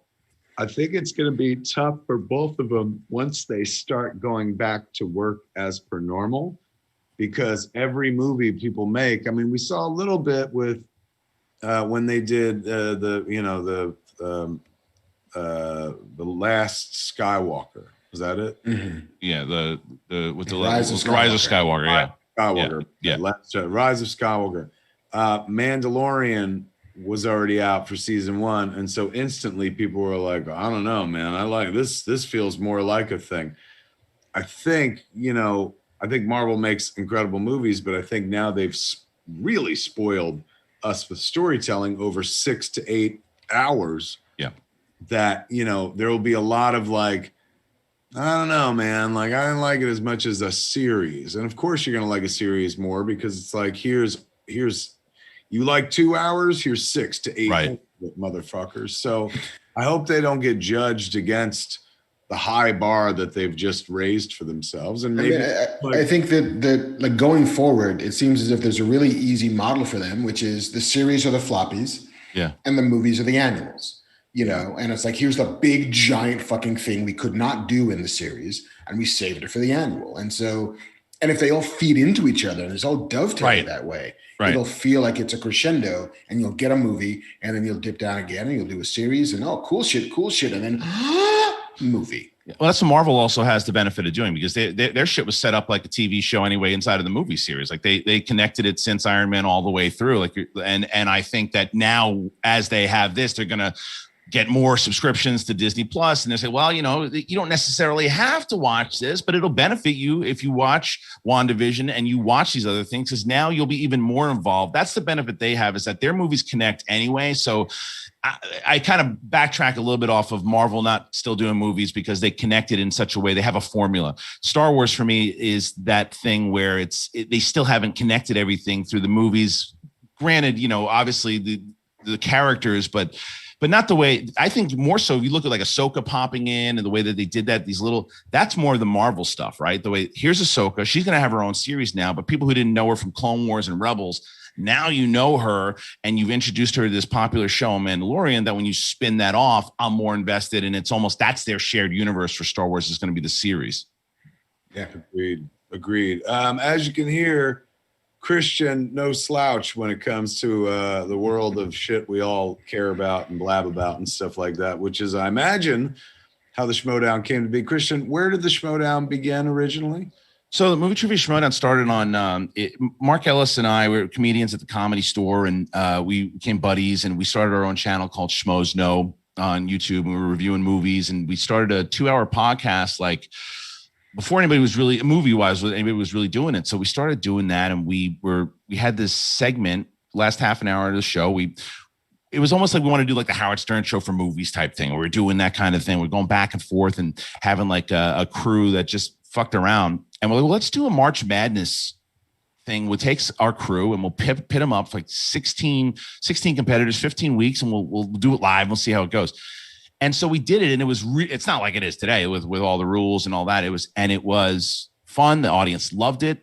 And then we did it again. We did it the following year. We did it for teams. And the end of the first season, we brought out the Maria Menounos, who we were working with at the time, was working with WWE, and she got us this big ass wrestling belt. So she was like, and it was like the legit one. So the winner, Mark Riley, who won the whole tournament, got it. So then we did it with teams, and we wanted to open it up a little more. So let's bring in motherfuckers from like Rotten Tomatoes and IGN and start to do that like a Kumite type thing, right? So we did that, and then I started working for Collider, and I pitched the show to John Campy at the time, who was over there, and he's like, and I said, dude, I want to do this like the UFC, but I want to do it weekly. And I want to like pit the best of the best and open it up. And we do it weekly and we have some fun. And I had a deal with Collider where I had like an open like development deal. And they're like, you can do the show, but you got to take it out of the money that you have. Mm-hmm. And I was like, if I own the IP, that's cool. And they're like, yeah, do it. So we started doing the show. We did that. It went to teams. And it just became a thing because I wrote for the WWE a very long time ago. And I said, what if we infuse, like we make this a show? Because trivia after a while can get boring, you know, if you just do trivia, because you're like, okay, that's cool, that's fun. But if you make it like a sport, a mental sport, and do like kind of what esports did, and we did that, but then let's take that and put some characters and have some heels and baby faces and do this whole thing. And we did, and the audience really got involved with it. They loved it, and we started like they started fantasy teams and after shows and fast forward to today where we have like 8 factions. We did a big ass draft. We've drafted at the Comedy Store, and we've really turned this into a sport. And Skybound Entertainment from who've done Walking Dead, they got involved. So a lot of great things. And then obviously yourself coming on, it's been a whirlwind, to be honest with you. For those that have never seen it, explain it to them exactly what it is. So the movie trivia Schmodown is a game. It's a movie trivia game where, once again, the best of the best compete, and there's a 3-round format. We treated it like the UFC in that aspect, where like when the UFC was starting to get really popular in like 2005, and we did the 3-round match for non-title matches. So you would get 8 questions in the first round from any genre of movie. It could be animated, it could be action movies, it could be Kevin Smith movies, it could be anything. And 1 point apiece. You got 15 seconds to answer the question, and you can't steal from your opponent. Then you get to the second round, which is the wheel round. You spin the wheel, it can land, and again, you can strategize. You can say, "Oh, well, I know Kevin knows, Meg Ryan movies pretty well, so I can." So I was shocked. I ran the whoopee category. Crushed it. Crushed it. Spellbinder for me. You crushed it. And so we had so Kevin can choose 2 slices, his opponent can choose 2 slices, and you try to mess with each other to say, okay, well, what if I had this amount of time to look at these movies and say this, and maybe I can throw them off. But you get 4 questions in round number 2, and it's worth 2 points apiece, unless you go to multiple choice, then it's 1 point. And you can steal from your opponent in that round. Third round, you get 3 numbers. Like I'm going to pick number 2, number 1, and number 3. You get a 2-pointer, a 3-pointer, and a 5-pointer. And then you just try to, it's what you know and how you know it. And you try to outscore your opponent. You get 3 repeats. But you have managers now. Kevin is managed by Coy Jandrew of the Quirky Mercs. And it's like they go, we're doing like this big thing for a faction prize at the end of the year. There's trades, there's free agency, there's deadlines, there's all of this stuff. And that's kind of how it works. The Mark did it first. He went before me because by the time I did it, I think like years ago, John Schnepp, yes. our dearly Great man. mutual friend, John Yep. Schnepp, the great sweaty himself, had said, you should go on Schmodown. You would love it. You'd be perfect for it and stuff. And it took many years for it to happen, but it happened after Mark had done it first. And Mark had me pissed scared not to do it. He said the question that they burned him on was like, fucking, what were the names of the bad guys in Cool World? Yep. And I was like, are you shitting me? Like, I know movie trivia, but oh God, I can't do that. And then I finally did it, and I thankfully didn't mark it. I didn't get a question that fucking difficult. But I had a blast. I've done it like 3 times now. Yep. And it, like, you treat it like everyone's having a good time with it, and you try to have fun with it, but you also, like, you're in the middle of like a real skill test, particularly for a 50-year-old man who's like, let me pull up old data from a fucking weed riddled brain. Really good exercise for a guy who loves to, like, I'm one of those people that, like, if I don't remember it, somebody's like, well, let's Google it. I'm like, no, man, that's what our brains are for. I'll find it. Just give me a minute and shit. So I've had a blast fucking doing it. But Mark, tell them about your ill-fated experience. I mean, I had fun also, but the thing that I realized, doing it was A, it was a ton of fun, but B, there were people who took it like really, really seriously. Like, talking to some other competitors, and people's like, yeah, I gotta bone up. I gotta watch some teen movies this weekend. I gotta do some reading. I gotta grind. I gotta crush some data. I'm like, I'm just remembering shit I might know.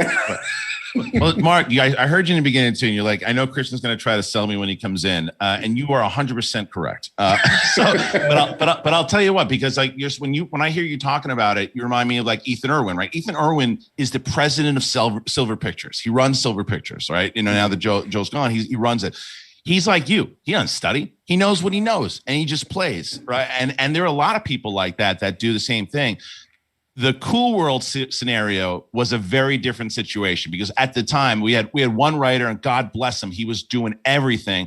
I've since being with Skybound have an opportunity to have more people, more writers, and we've said the same thing. We want to make this show fun for the audience and fun for the competitors, right? So it's like, so there's certain times like I said, asking a question that someone has seen once about a movie, they maybe saw Cool World once on Cinemax a long time ago. No one's going to remember the villains. Like that type of stuff doesn't happen as often anymore. We were in the infancy of that type of stuff, right? So, and imagine this when it's like, and I'm announcing, ladies and gentlemen, the team of Kevin, Smith, and Marc Bernardin, the team together. Come on, you guys, the Fat Man team would be incredible.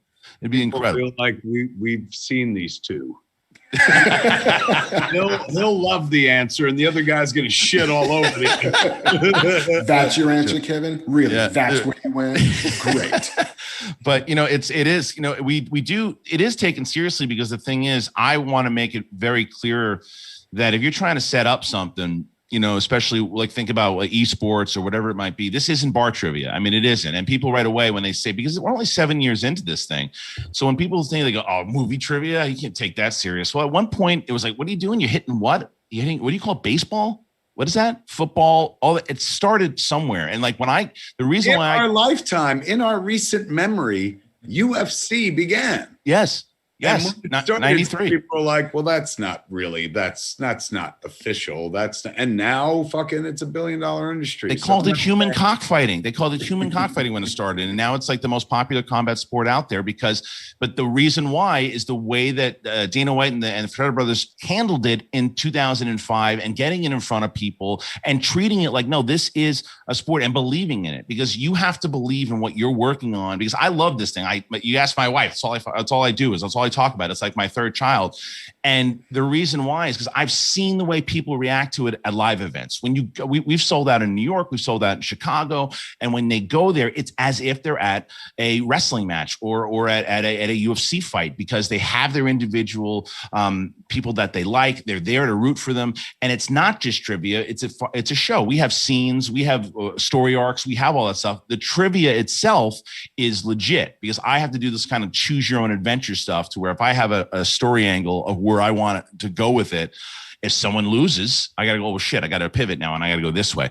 And that's the fun of it as a creator for me, to be able to do that kind of stuff. But like, I had friends in Brooklyn come out and see it, to be there to support me.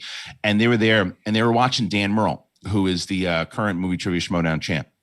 And he's 5-time champion. Dan Murrell, who is like fucking forgotten more about movies than most of us will ever know in our lifetime. It's insane, man. This guy is so good. He's like the Michael Jordan of the Schmodown. He is dude. He's a very sweet kid. He's one of my best friends. He's a great dude. And so he's out there and he's answering all these questions, and he played against Ethan Irwin.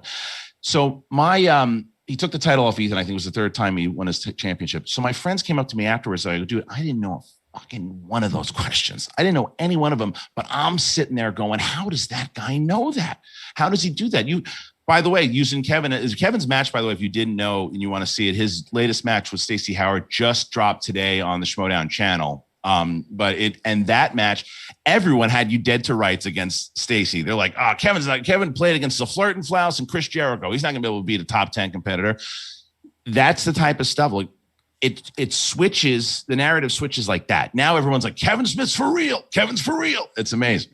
It took my whole career to be considered fucking for real. I'll tell you. But, it really was kind of, it's each time out, it's been fun, and it suits the only strength in this life I have, which is an overabundance of information about fucking shit that I've sometimes even seen once. I mean, I talked about it before, but like, you know, I spun on to the Whoopi Goldberg category, and I had the choice to spin off it to something like there was a Ben and Matt category or something like that. But like, I was like, you know what?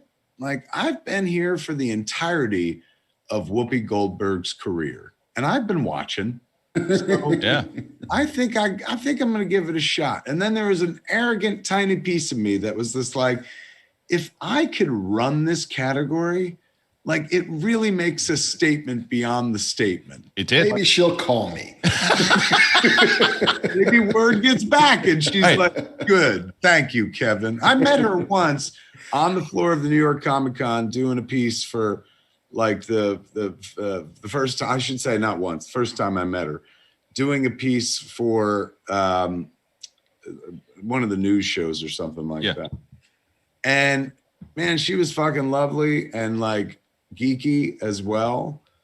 So maybe I do want to be friends with her, Mark. Maybe I would like her to come. That's right. She's like this fucking stoner from what I hear. So like, we'll do a New York event. She can walk you out. Ooh, it would be. But I was rather proud to run that category. Yeah. I wish we had those questions now, because I would ask my co-host Marc Bernardin every one of them to see if he could answer the Whoopi Goldberg question. Mark was no joke though, dude. Mark, when he was playing, Mark was He scary. flew it on Cool World, Kristian. And that was it. They call him the Magic Man. He was the Magic Man, and he was he was in one of those free for alls where we do spin stuff very close. Like I said, we do a lot of stuff off of like wrestling, and we have a big event coming up on the 24th, and it's our version of the Royal Rumble. And it's called the free for all, and it's 5 people start at the desk. There's 40 people in it. 5 people start at the desk. The least amount of points gets eliminated until there's one person standing, and it's the winner gets a title shot. The MVP of the whole thing gets 3 points for their faction. It's a lot of fun. We do a big thing at the end of the year, which is our WrestleMania. So it's a full on season. It starts in February and ends in December. So there's a lot kind of going on with it.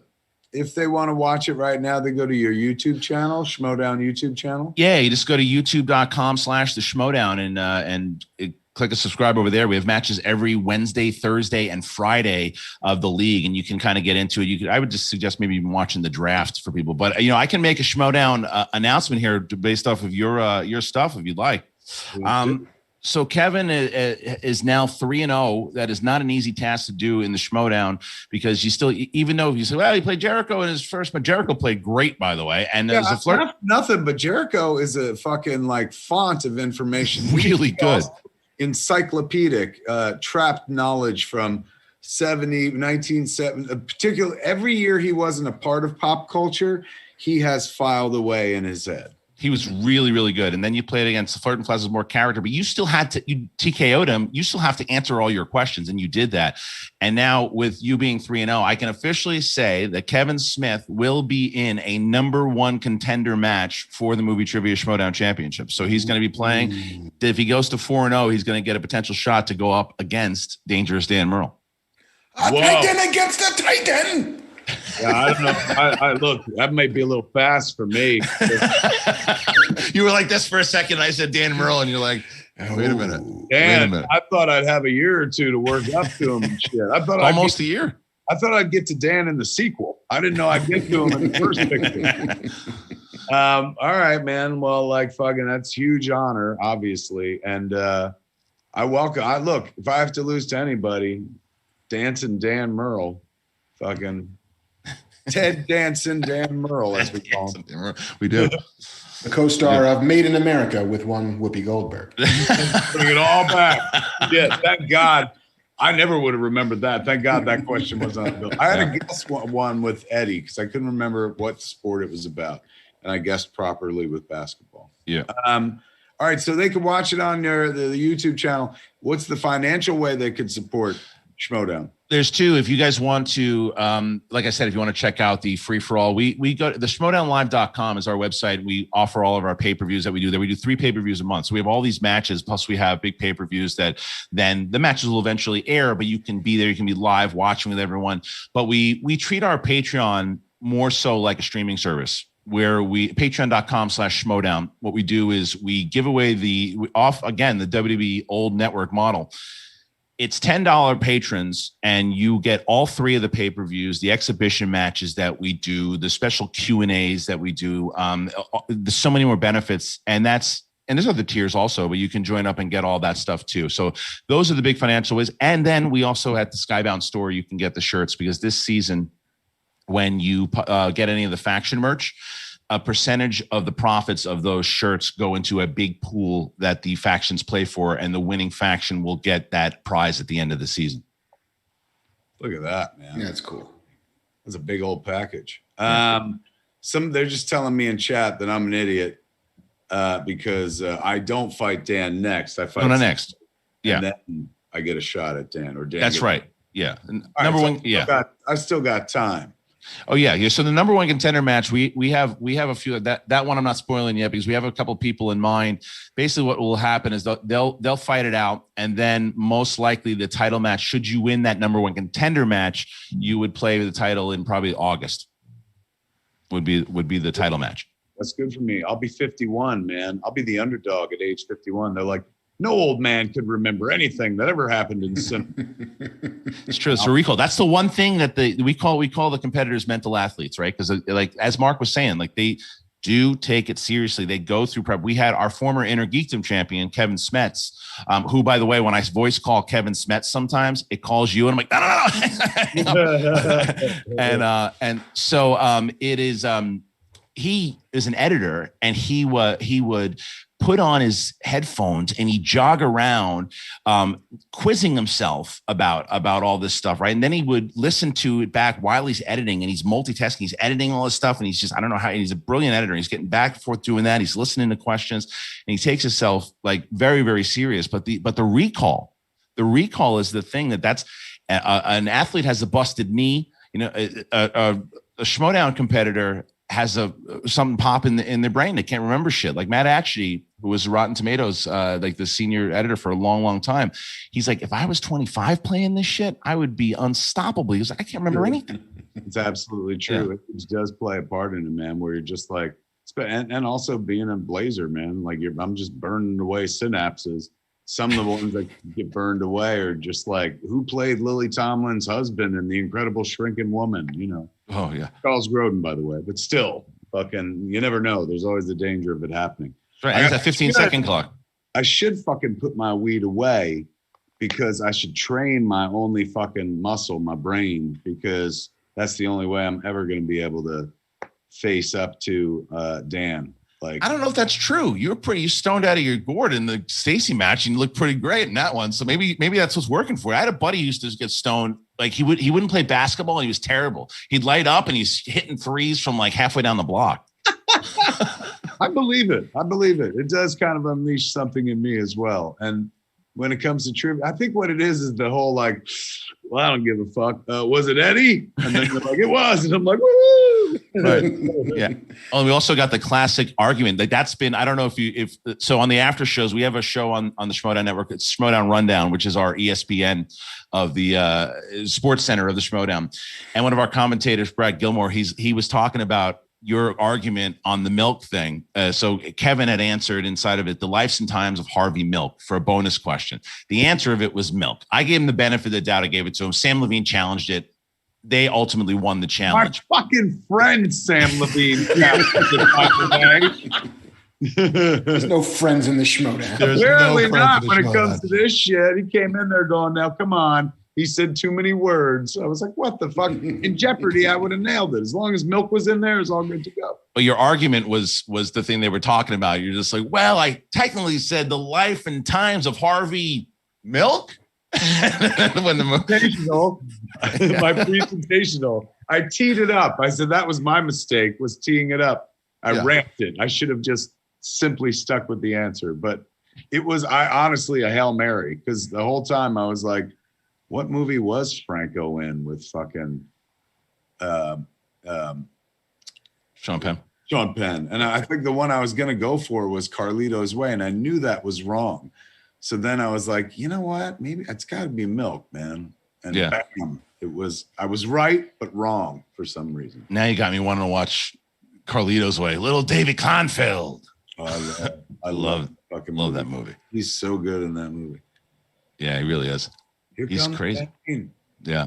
All right, man. So go watch if you're like, I'm still not sold on this Schmodown, what the fuck are you doing watching a show like this for? I'm telling you, it's right up your fucking alley. But if you're still like, I don't know, I'm being a smart shopper, watch my episodes. And if you're not into it after that, then I can't help you, because you see the pure bliss, joy. You see my competitive nature come out. When I did go defend against that milk thing, like the lawyer in me came out, like, and you see the shitty side of Kevin Smith, where I'm like, oh, no. One that got thrown off the Southwest Airlines plane, that guy fucking came out and stuff. But it's, they're so fun to be in. I would imagine they're fun to fucking watch and play along with and stuff. Excellent job creating something that, like, you know, all of us are like, why didn't I fucking think of that? I hope to God, I texted Kirkman, because Kirkman is the Skybound King, of course, and with the richest fucking person we all know, easily a multi-billionaire, as Ed Brubaker agreed last week. But I was like, hey man, we got to do something with Schmodown, man. Anything I can do, we can go pitch it as a fucking show to put it on TV and stuff like that. And he had gotten back to me. He was like, let's do this. So hopefully we get to push it out there into the world. It belongs on fucking TV. In a world where people watch people play fucking poker on TV. Right. Darts. Why the fuck can you watch this, man? Because you can literally like play along and be like, get the answer in there and stuff like that, and watch people melt down. And if it gets popular enough, someone will start wearing a hoodie in all the games or something. Like that one guy. They already we do that already. We do that already. We got a gimmick already? Yeah. Oh, dude. Oh, yeah, man. Like, this is the difference. You haven't seen, because you've been playing in the digital age. Like the guy I mentioned, Kevin Smets. He came out straight up Goldberg with the fog machine and the hoodie over his head, bouncing up and down like Tyson in '86. Right. We had guys like William Bibiani, who's on your faction. He came out in this first match dressed up as a killer with the Saw music coming out. There's a whole bunch of gimmicks going on, and so there's a lot. There's something for everybody. If you like the story element, if you like just the trivia, it is there. And yeah, man, we're very excited for what this season is. It's just about people knowing what it is and tuning in and catching it. And we are available on the podcast form too, if you just like to listen to the matches. And which you easily could, now that I think about it. Yeah. Like, oh my God, you're driving, you can listen to the fucking. A lot of people do that. Yeah, we have it available. Kristian, do you follow real sports at all? Yeah, I do. I mean, yeah, I'm a big Yankee fan. I'm a big New York Giants fan. And what about the fight tonight with the internet boy? Oh, is Paul? Is he fighting? Yes. Is he? Who's he fighting tonight? I mean, yeah, I knew. I knew. Isn't he always fighting? But yes, I believe he's fighting for money tonight. Well, yeah. I mean, so is he fighting the UFC guy? Is that what's going on? Yeah. He's gonna get his head kicked in, literally. I was a big to answer your question, I was a big MMA guy in 2005. I'm not ashamed to say it. I wasn't working, but I was betting on fights, and that's how I was making money, and I was able to, and I actually bet a lot of money on Matt Serra when he won the championship against George St. Pierre. And now fast forward years later, and we do fucking videos with Matt Serra, and it's incredible. He's a really good dude. But I noticed that they do a lot of these things now. The celebrities with boxing, they've always done that. I remember the late Dustin Diamond was doing that back in the day with celebrity boxing, but it's different. Even before Dustin Diamond, didn't Rocky charity fight somebody in one of those movies? Hulk Hogan. Oh, yeah. Exactly. Yes. Thunderlips, the ultimate male versus the ultimate meatball. Is that 2 or 3? That's 3. That's 3. He calls, Hogan walks out and he says, "For all my love slaves out there, it's Thunderlips, the ultimate male, against the ultimate meatball." What is and it's for the one with the robot? Happy birthday, Paulie. Yes, he's getting rid of it, dude. In his cut, he's doing the director's cut of Rocky IV, and he's getting rid of the robot. People lost their minds. I think it's silly. Why would you cut who is he? Fucking George Lucas, where he's like, I gotta fucking digitally remove that shit, man. Does he understand that at this point the director's cuts are about adding shit, not taking it out? Like, where's a 4-hour cut of this? More robot. I think he's added more. I think he's getting more in the serious tone of it, because I'm actually all for to see what I'm a huge Rocky guy. So watching that to see his cut and see what he's going to do. I wish they'd do that for 5. 5's where we need a director's cut, not 4. We need even if it's reshoots with his 80-year-old ass fighting in the in the ring. I'd still would prefer the ending of Rocky V be that than the ending that we got in the street fight. If he's going to lose anything from 4, less of the training montage. Yeah. More of the robot. Training with the robot. Yes. You leave my snowbound training montage alone. They could trim a little bit. It's very intimidating for those of us who don't work out that hard. But there's Paulie fucking the robot footage. Or should be. Yeah. So put more of that in. Yeah. It's right. It's Rocky's listening, cucking out, listening, providing music. Rock, what are you doing out there? He's using muscles he never knew that he had. Take it back. Take it back. Oh, man. Oh, Lord. All right, there it is, kids. Kristian, the great Kristian Harloff, ladies and gentlemen, the king of Schmodown. Go watch the fuck out of it and go watch my match right now. Get ready to watch the next match coming up. Thanks for having me, Kev. Appreciate it. Excellent for just geeking out with you here on the show. Thank you. Same here. As always, Mark. It's good to see you as always, man. So good to see you, man. Yeah, and thank you guys so much. Appreciate it, and look forward to that next match, Kev. And we'll talk to you guys soon. Yes. Take it easy, man. Later, guys.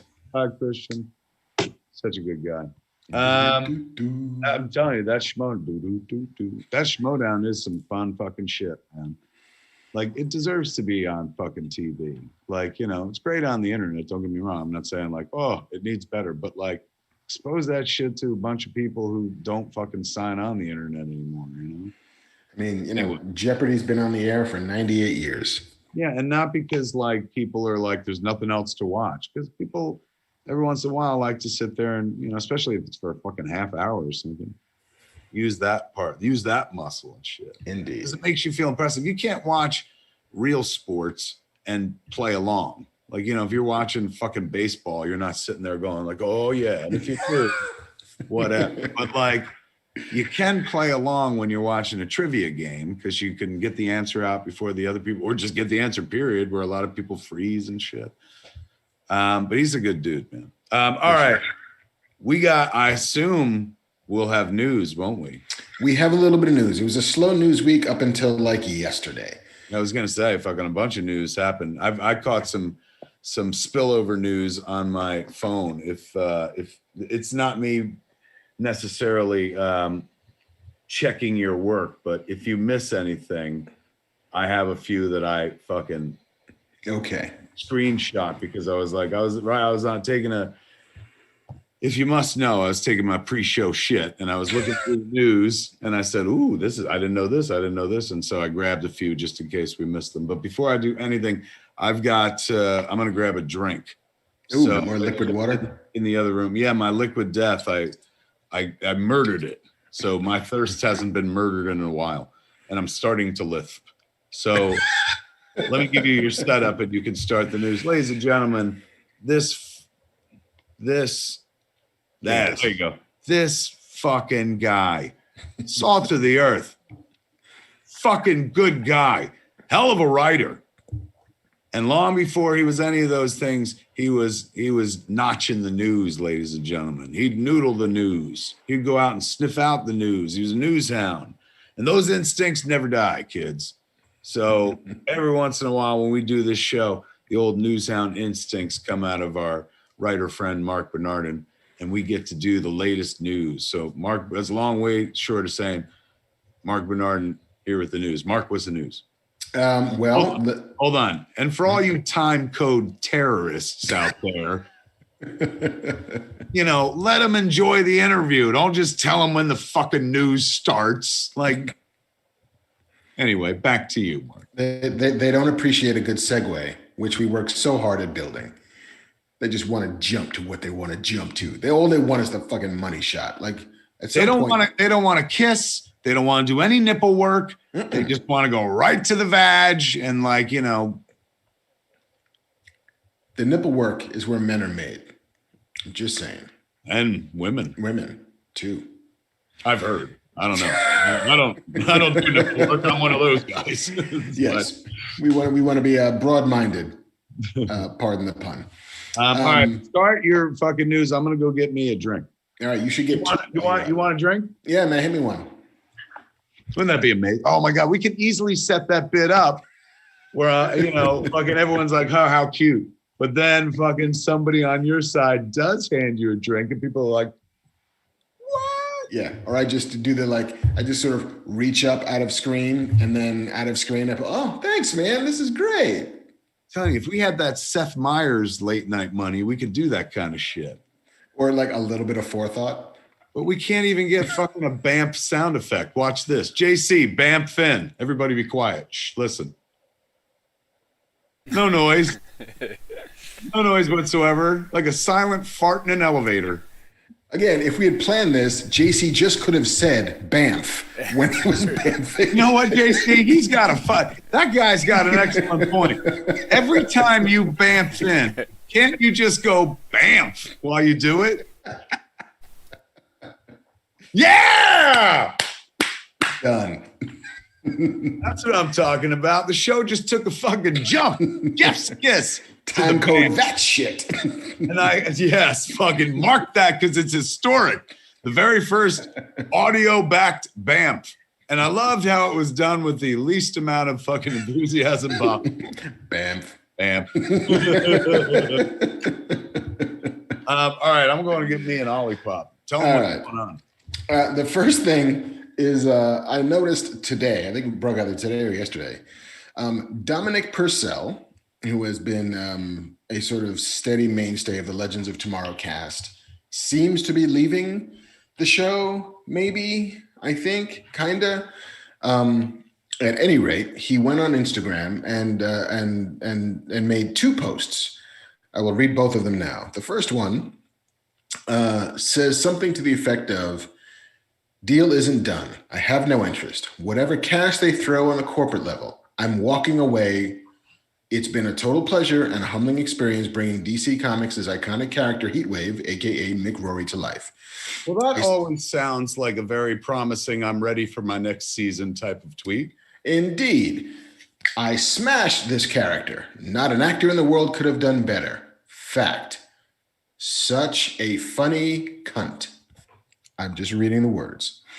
He's referring to the funny cunt is the character he plays. I think he's referring perhaps to himself or to the character, one or the other. Somebody's very funny. And then a couple of...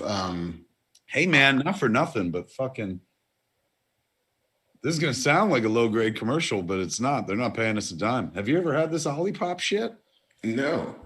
I read about it and like online. It was like a healthy soda. The doctors can agree on it. Shit. It's made of plants. It's got prebiotics on it.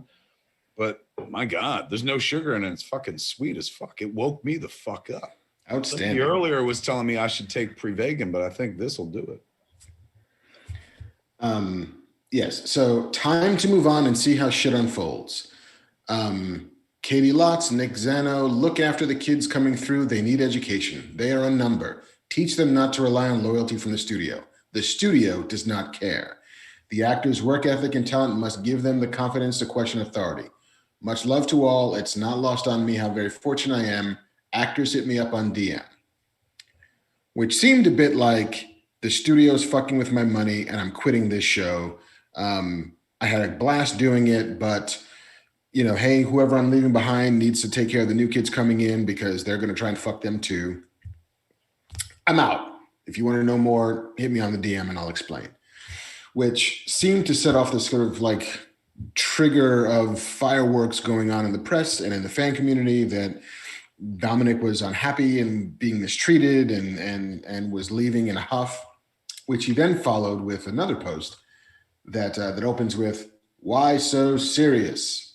My last post, I needed a laugh. It was a joke. The press went nuts, and yes, I will always fuck with the press. It's fun watching them be clickbaited.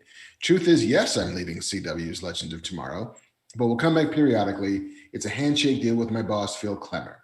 I don't have a beef with studio, ROLFL, Joy, emojis, or Warner Brothers TV. I don't have a beef with anyone except myself. Haha. Shit woke up this morning like I'd caused mass riots. But what a genius negotiation move. I am loved."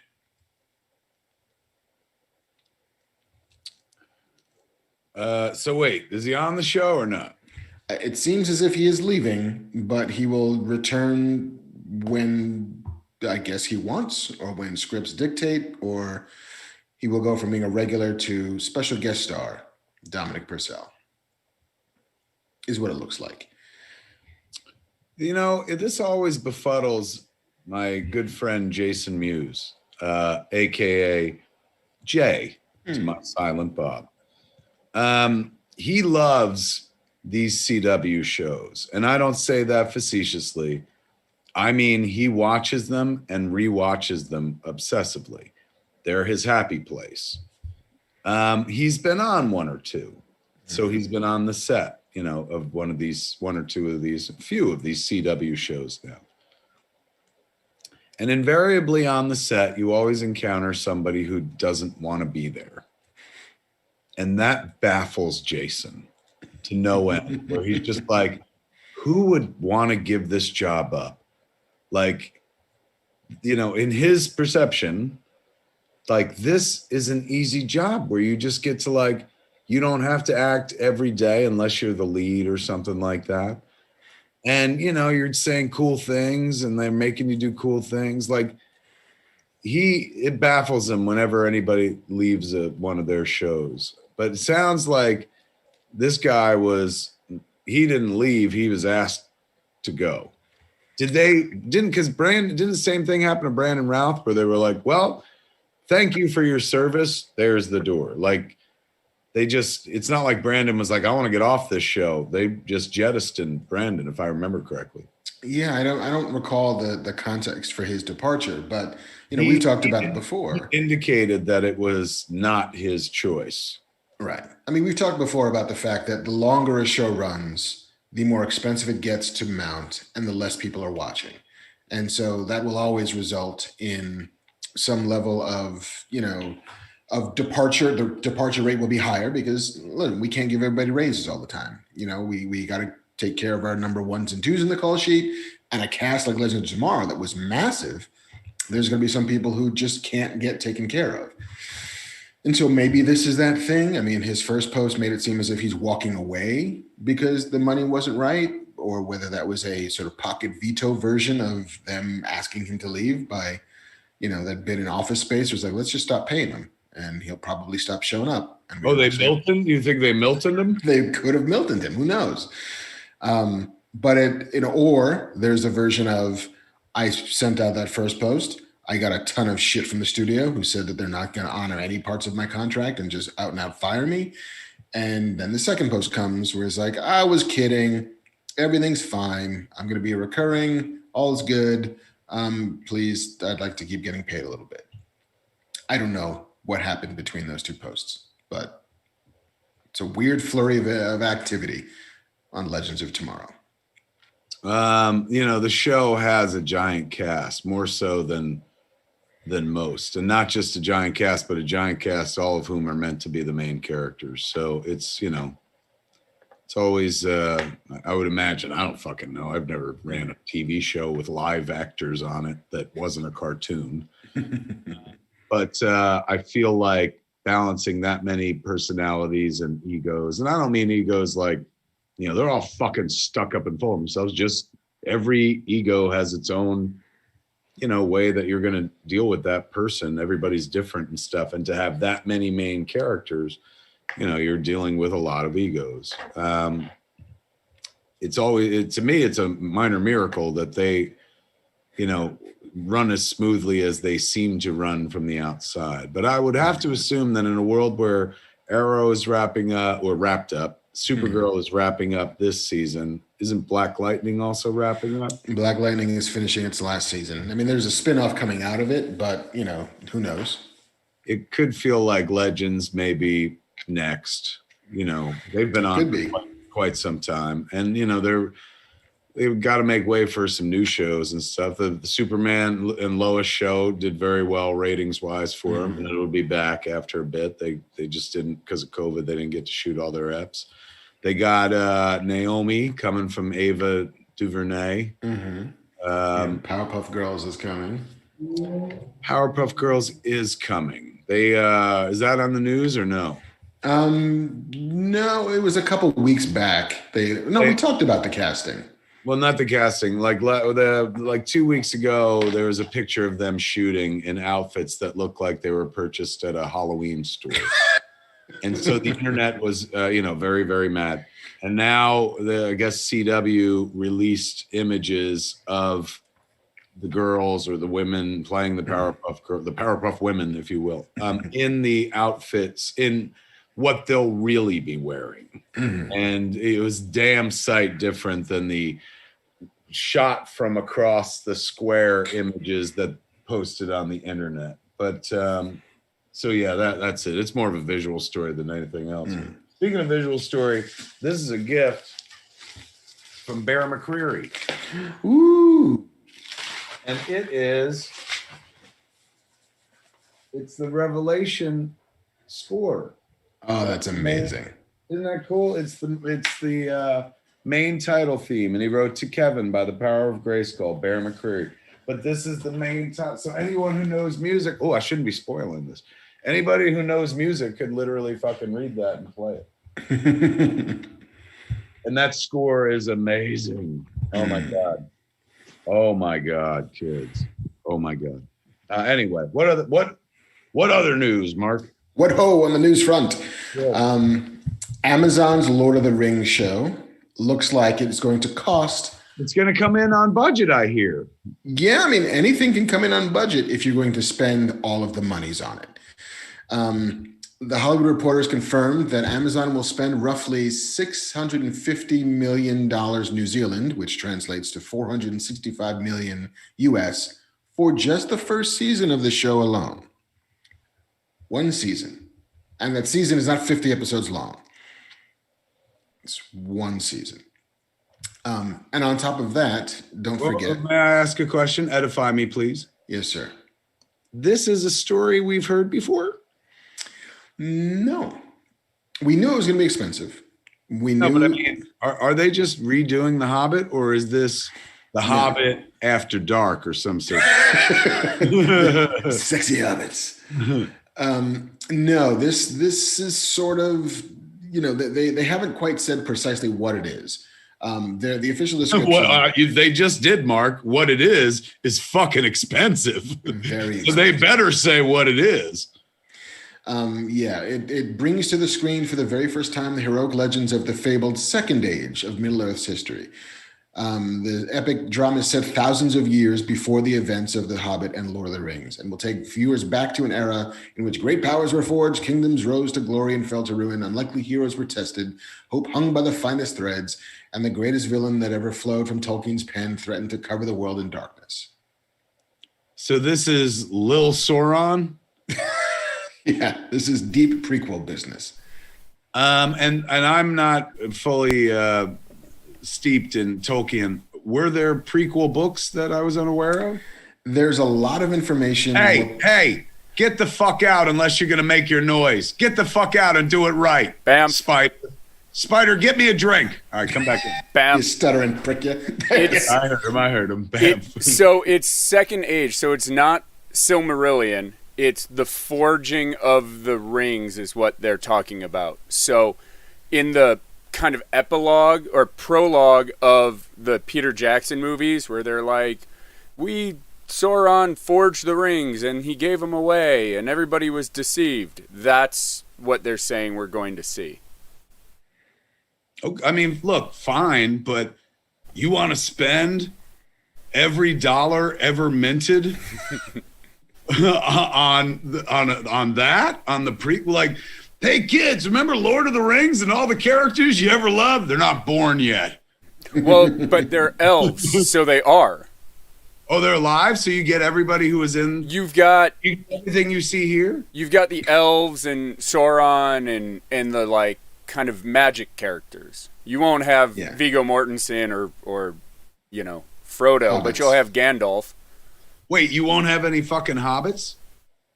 You won't have the hobbits that you've seen. You may have like Smeagol when he was a hobbit before he becomes Gollum. No, you wouldn't. That'd still be two. The fact that you bamfed in tells me you're into this in some way? Well, the OneRing.net, which is the giant Lord of the Rings show, does their show, or used to do the show before our show at Scum and Villainy. So I've heard all about it. That's a lot of fucking money, man. It's a lot of money. And it's just for the first season, mind you. Granted, they will be building some shit and fabricating some stuff that might be used later, so you can amortize some of that expenditure. But that's a huge amount of money. And it's not taking into consideration the fact that Amazon had already spent about $250 million just for the rights to make a show. And so now you're in it almost $700 million all in before you see a single stitch of footage of Lord of the Rings. And I think they have a 5-season commitment is what it was. But that money's only for season 1. Correct. So there's another 4 seasons of $400 million, $300 million to spend. John Monkey on the chat says, for comparison, Hanks and Spielberg are plopping down $250 million for 10 episodes of Masters of Air, the war drama similar to their Band of Brothers miniseries. So 2 of the biggest titans in the business, Steven Spielberg and Tom Hanks, are doing 10 episodes of what sounds like a very expensive fucking show about World War II, and it's only going to cost $250 million. Whereas this fucking Lord of the Rings show is going to cost how much? $465 million. So $210 million more than the already expensive Tom Hanks and Steven Spielberg World War II in the air show. Wow. Yeah. I mean, and of course, go to fucking Kickstarter to get your budget. Where's all this money coming from? You and me got to start selling paper towels and making Jaws, man.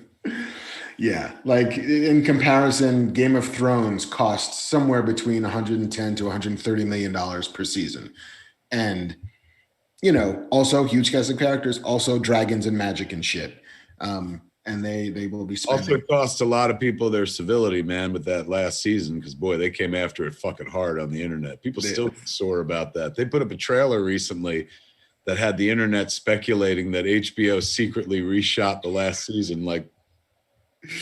Yeah, they're celebrating the 10th anniversary of Game of Thrones, and people are like, why are we celebrating this? But also, like, that there was anyone that thought, oh no, HBO Max, I think they might spring on us like a brand new fucking redone season, the final season, because we all didn't like it so much or something. That's why I kept reading. And I'm like, do you honestly think if that had happened, that they wouldn't have fucking milked every piece of publicity off that well in advance? You would have heard about every casting, every fucking pickup, every shot, whatever the fuck. Like, they would never spring that on you. They don't get anything out of springing it on you. They want you to fucking sign the fuck up, so they'd be telling you months in advance.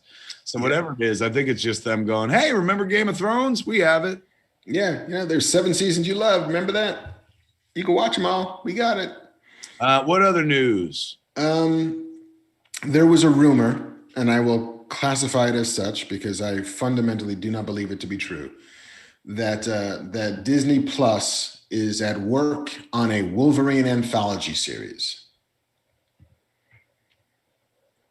The reason I believe this not to be true is that who even said it? Who's saying that? I didn't hear that. This was on a website called the Hashtag Show. And they are exclusively sharing that Marvel is in early development on a series for Disney Plus. The series would be an anthology based on the character of Wolverine, since he's immortal and has a multitude of stories to tell. Seems unlikely Yes. that's how they introduce Wolverine to the Disney Marvel universe, but Yeah. It seems unlikely that A, that's how they do that, and B, if a story like that breaks and nobody else is re-reporting that story, like if that same news item doesn't appear on Collider or THR or Deadline or Variety or any number of other news sources, then it's not true. Because they all would have called and said, hey, we're hearing this. Would you like to confirm or deny? And I'm sure they all said this is horseshit. And so they didn't even run with it. So, I mean, good try, hashtag. You got yourself mentioned on Fat Man, but you know what that's for? Absolutely fucking nothing. I'll tell you that much. Come after the show's done, I go into my bedroom, tell my wife I was just on Fat Man Beyond. She's just like, grow up. So where's that Anthony Mackie fella? Yeah, it's like him. He's talented and he flies.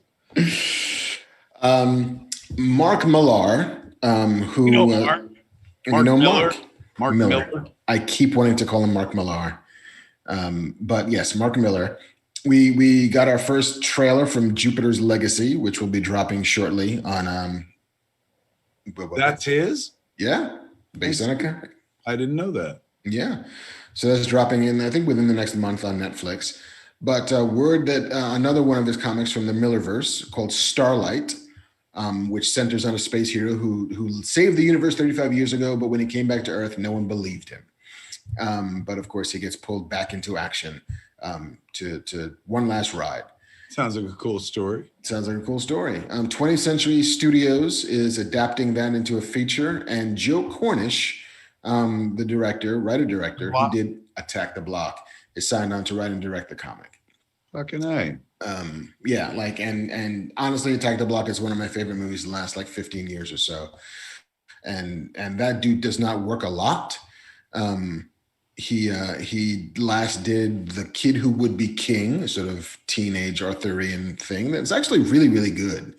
I was surprised by how much I liked it. And then has writing credits on Ant-Man and The Adventures of Tintin. So good on everybody involved. I'm here for that. What else you got? There is going to be an Ancient Aliens movie. Have you ever watched Ancient Aliens?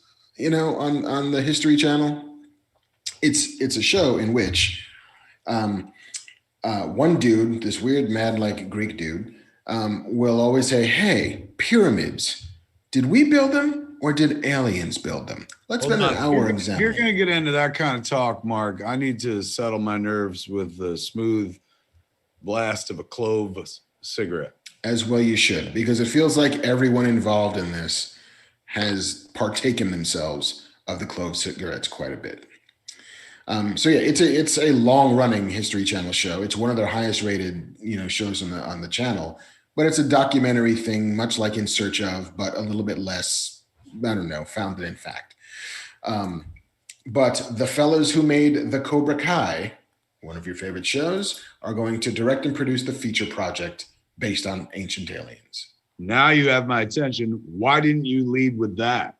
I needed to give you some foundational work. I don't need so much, fucking, what do they call that? Exposition, Mark. I'm Basil Exposition for you today, sir. I'm a modern story audience member. You can skip all that shit unless it's a Marvel thing. Then give me that exposition. Then say all those amazing names. Fair enough. Details of the project are being kept under wraps, but according to Legendary, which is the studio producing it, it'll be a two-handed, globe-spanning adventure featuring ancient sites and artifacts confronting the theories and questions raised by the popular docuseries.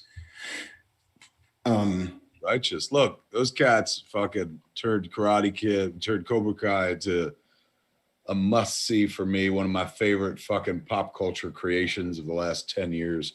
I'll follow them anywhere. Like the same kids, did Spider-Man in the Spider-Verse. I'll fucking follow those guys anywhere. Even if they were like, we want to make a story about the fucking your murder in real time. I'd be like, look, you guys make shit entertaining. Go ahead. Yes. So I'm Get in. after it. Yeah, I'm curious because especially if it's kind of funny, if it's a bit of a comedy. And given that the Cobra Kai guys have a very good sense of humor and still know how to play the sort of pathos and drama of that stuff while still also being fun. Agreed. They don't have to mock it, Nope. and they could just make it funny. Indeed. While still having it be like, something you take seriously. That's good. Good for them. Another fucking job we don't have. Who's next? What else you got? The last story I got on the docket is Disney. Hold on. Let me see. Here, whisper it real quick. Avengers Campus. Let me hit you with a few more. We'll end with Avengers Campus. Fair enough. What did you find? Joy Hummel, the first woman to write Wonder Woman, Okay. died at age 97. R.I.P. Joy.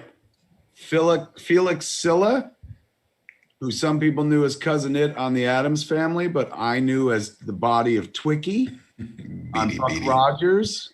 Beady. He passed away as well. And the lady who played Narcissa Malfoy. Yes, Helen McCrory. Helen McCrory, and she was also on Doctor Who as well. And Peaky Blinders. And Peaky Blinders. She passed away relatively young, from what I understand. Yeah, in her mid-50s by the sound of it. Oh, what happened? Does anybody know? I don't. I can check into it, though.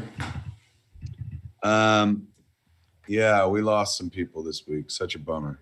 But Mark had the final story. I didn't want to end on like, hey, man, a bunch of people died. Yeah. Oh, yeah, and Helen McCrory was married to Damian Lewis. The actor Damian Lewis? The actor Damian Lewis. 52. She died of cancer. Damian Lewis's wife. Yeah, his statement says, "I'm heartbroken to announce that after a heroic battle with cancer, the beautiful and mighty woman that is Helen McCrory has died peacefully at home, surrounded by a wave of love from friends and family. She died as she lived, fearlessly. God, we love her and know how lucky we are to have had her in our lives. She blazed so brightly. Go now, little one, into the air, and thank you. Man, that's some beautiful sentiment, especially coming at a time, must be the absolute worst time in this poor man's life. Just lost his best friend. Heart goes out to the family of all the people that we mentioned who passed away. Quite a few people on the in the chat, Mark, are reminding me that we missed the big story of the week. So big that it's in Variety. This ain't on some questionable website. This comes straight from fucking Variety, the industry Bible kids. Ooh. Hicks, nicks, flicks, and sticks. That kind of place. Alfred Molina details Doc Ock's return in Spider-Man No Way Home. Ooh. Did you not see that story? I did not see that story. He was trending. Kevin Feige was trending because Alfred Molina apparently didn't get the memo. He shut the fuck up. Yeah, that in the new Marvel, you shut the fuck up. And he's out there spilling all the tea, Mark, as if he's Ed Brubaker. It's one of those, what are you going to make me come back again? I was never doing this again. I'll say what I want to say. He apparently doesn't know that you're not supposed to do this, so he gave out some info, and I don't want to necessarily give it out here in case people are like, hey man, I didn't need to know that, because it is spoilery stuff. But here he says, when we were shooting it, we were all under orders not to talk about it because it was supposed to be some great big secret, Molina said with a laugh during an interview with Variety about his role in the Oscar-nominated Promising Young Woman. But it's all over the internet. I actually described myself as the worst kept secret in Hollywood. Instead, not only did Molina confirm his involvement in No Way Home, he happily detailed the experience making the movie and returning to a part he first played in Sam Raimi's Spider-Man in 2004. It was wonderful, he said. It was very interesting going back after 17 years to play the same role, given that in the intervening years, I now have 2 chins, a waddle, crow's feet, and a slightly dodgy lower back. When the actor, which I hadn't thought about, like this guy literally played this part almost 20 fucking years ago, and he was no spring chicken then. So it's like, come on back. It's like, well, fuck. But back in the day, the arms were puppets. Mm-hmm. Nowadays, they'll probably be CG. So when the actor asked John Watts, the director of No Way Home, how the movie would bring Doc Ock back, since, as he pointed out, I died. Well, here's the spoiler if you don't want to know, kids. Close your ears, mute us for the next 30 seconds. And starting now. Molina said the director told him in this universe, no one really dies. Now, I feel that's like the comic book universe. Mm-hmm. I don't think that's very spoilery. A lot of the internet is pouring over that comment going, holy shit, meaning in that part of the multiverse, did he just confirm the multiverse? And I think they already confirmed the multiverse. But I don't think that's what he meant. I read it as him going like, in this. Like in science fiction, nobody dies. Exactly. That's the way I took it. I love that Alfred Molina is like, they told me to be very careful about not saying very much. Meanwhile, I'll do a one-man performance of the entire script. Who wants to hear it?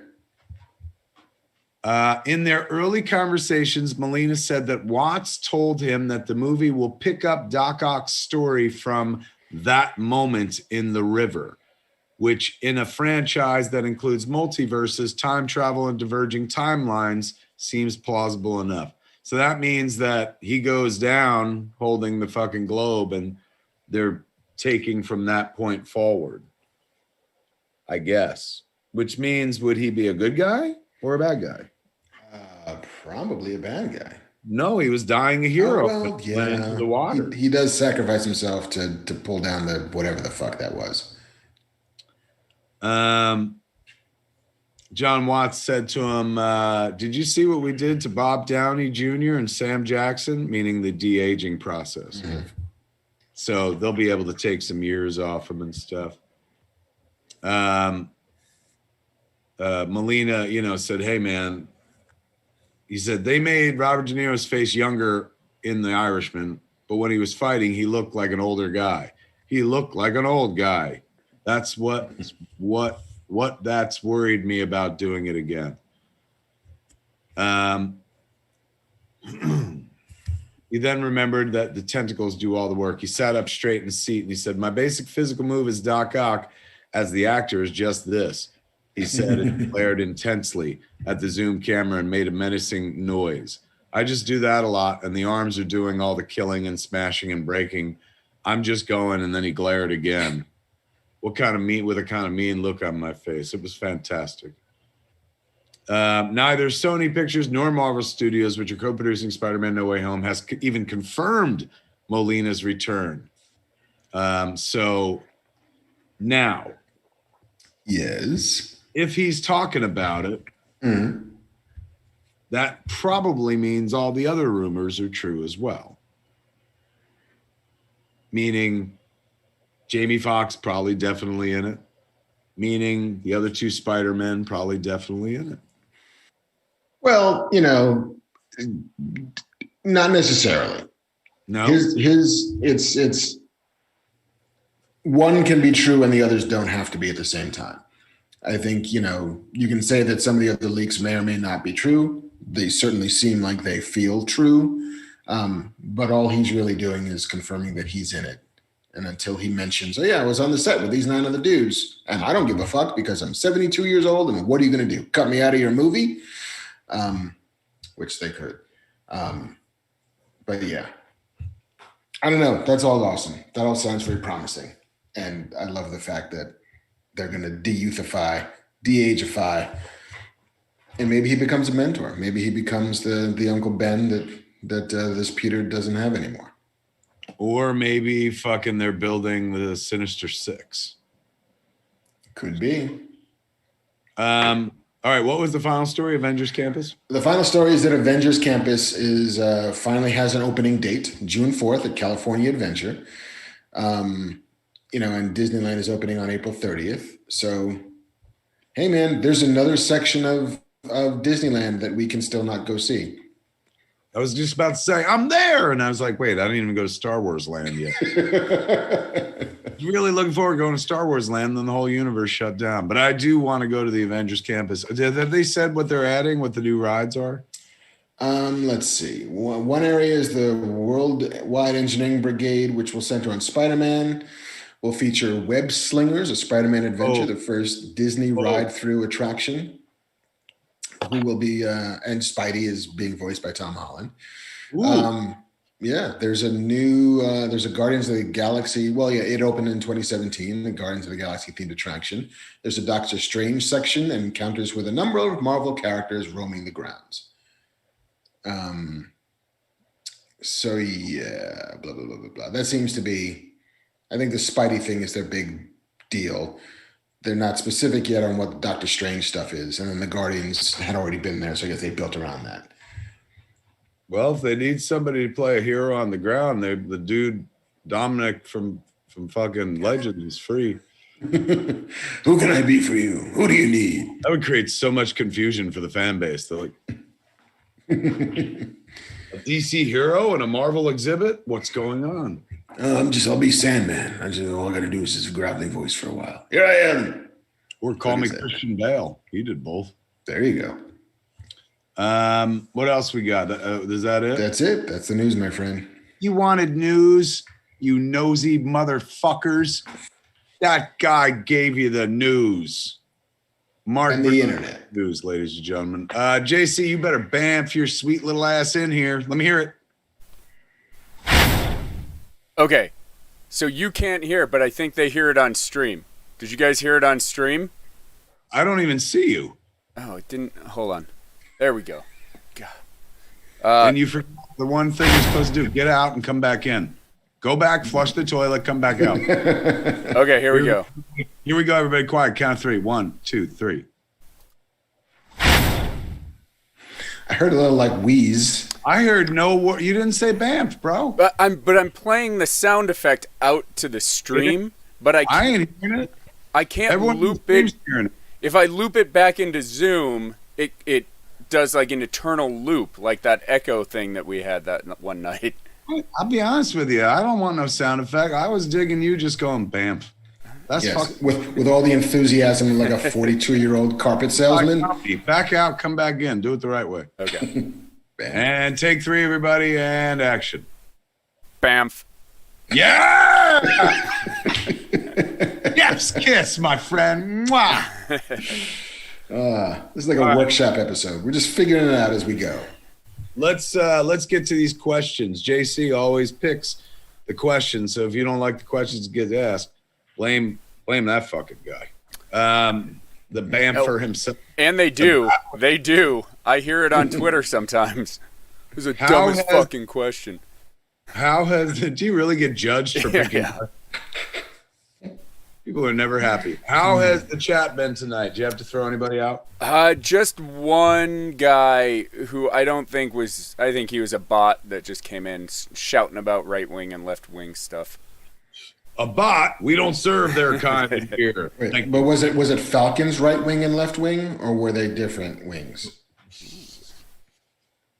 That was good. That was smart. That was a politically smart joke. All right, JC. What's on everybody's mind? What can we answer tonight? Right. What 3 questions can you disappoint the audience with? The biggest one that I kept getting from multiple people, it first came in, and apologies, this is somebody's name in chat, Marc Bernardin's big black cock, and then followed up. Wait, that's the question? that is the person asking the question. Yes. They chose that as their username? Yes. Then might I suggest, which is a fantastic username, that somebody also has to choose, just for equal time, Kevin Smith's tiny white cock. I wonder if that was a fat black Patrick Swayze in disguise. Yeah. But Jimmy Greer and a number of other people also wanted to know, who should the other members of the Seinfeld cast play in the MCU? So George, Kramer, Jerry, and I think we throw Newman in for good measure. George, hands down, is Wolverine. Cannot argue that. Eyes, fucking built of rage. Fucking wants to do the job and be like, good night, I'm out of here. And get the fuck out. Jerry is a Captain America type. I would say. Kramer. Talking about the character, right? Not the actor that plays him. Just to be clear. Just to be clear, keeping it in the Seinfeld world, not bringing it into the real world. All right, let me see. Kramer, always showing up where he's unexpected.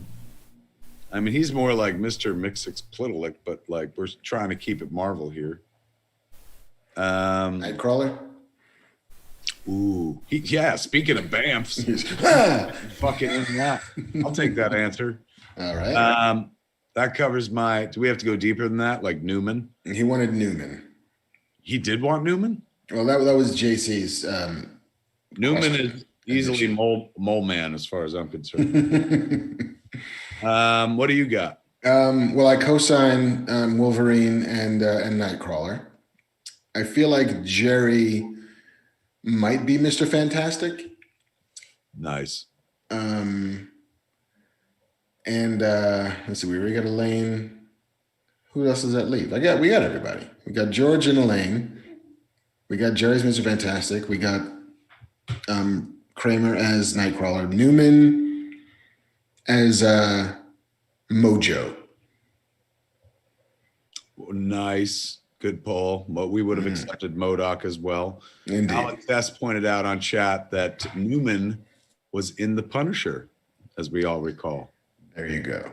Ooh, maybe he's Kingpin. Microchip. Yeah. There you go. All right, that was good. That was good. Where did JC go? And that was on everybody's mind since Julia Louis-Dreyfus debuted as Madam Hydra, who somebody chastised me in chat to say she's not necessarily a villain, but Let's be honest. She will be. Yeah. Same way that Loki's not necessarily a villain either. Right. But honestly, if you show up with a purple streak in your hair, at the very Getting all least. breathy and fucking talking about who does and doesn't own the shield. Yeah. And handing out business cards that don't have anything on them. Yeah. That's bad guy. She smells like she's in it for her own interest, kids. And if you can't figure that out, you're not 50 like me and that guy.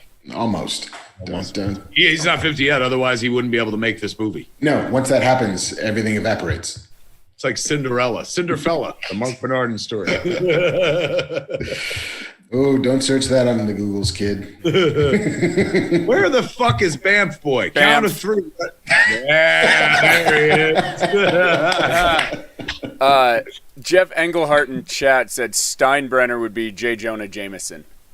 Oh, that's good. I thought that was excellent. pretty good. Oh. All right, what's next?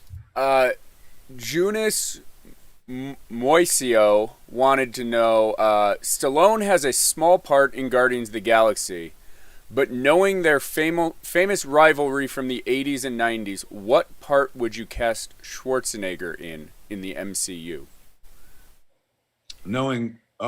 Okay. Based on Stallone being in Guardians? Yeah, so Stallone is one of like the OG Guardians, right? That shows up at the end of the movie. Who would you cast Schwarzenegger as, keeping in mind their famous 80s, 90s rivalry? But also present day Schwarzenegger we're talking about, yeah? Yes, yeah. Okay.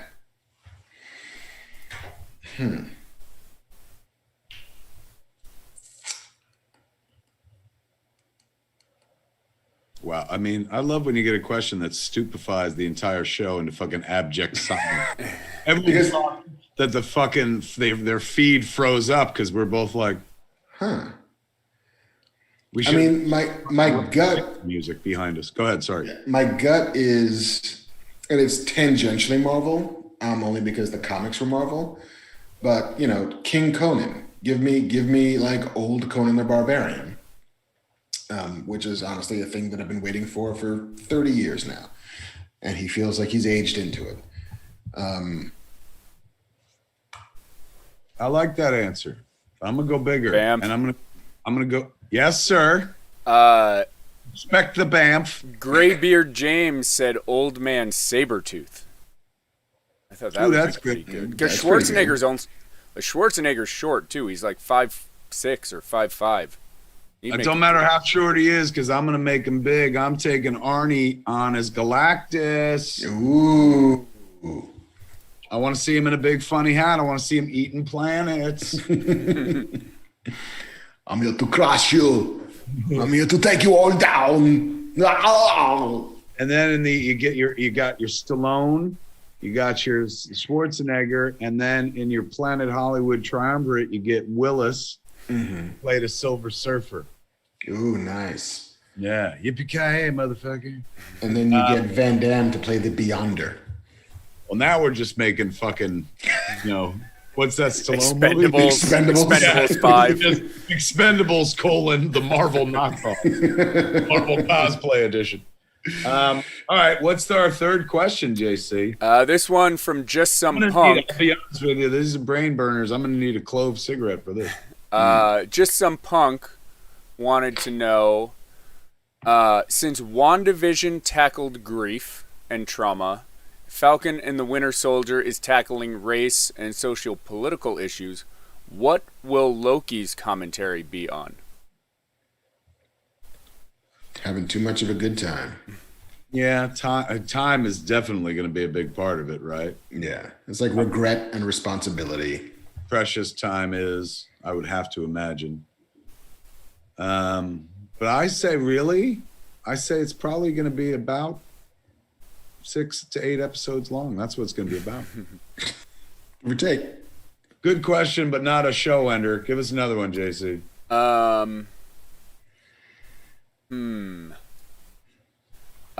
Let's see. Let's do Kimberly G85. If you could give the super soldier serum to any of the Golden Girls, which one and why?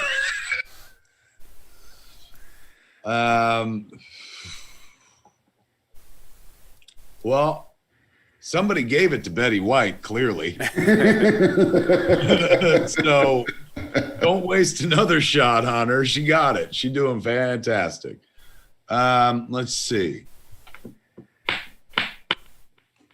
I feel like S.h.i.e.L.D. Getty would be the most fun. Yeah.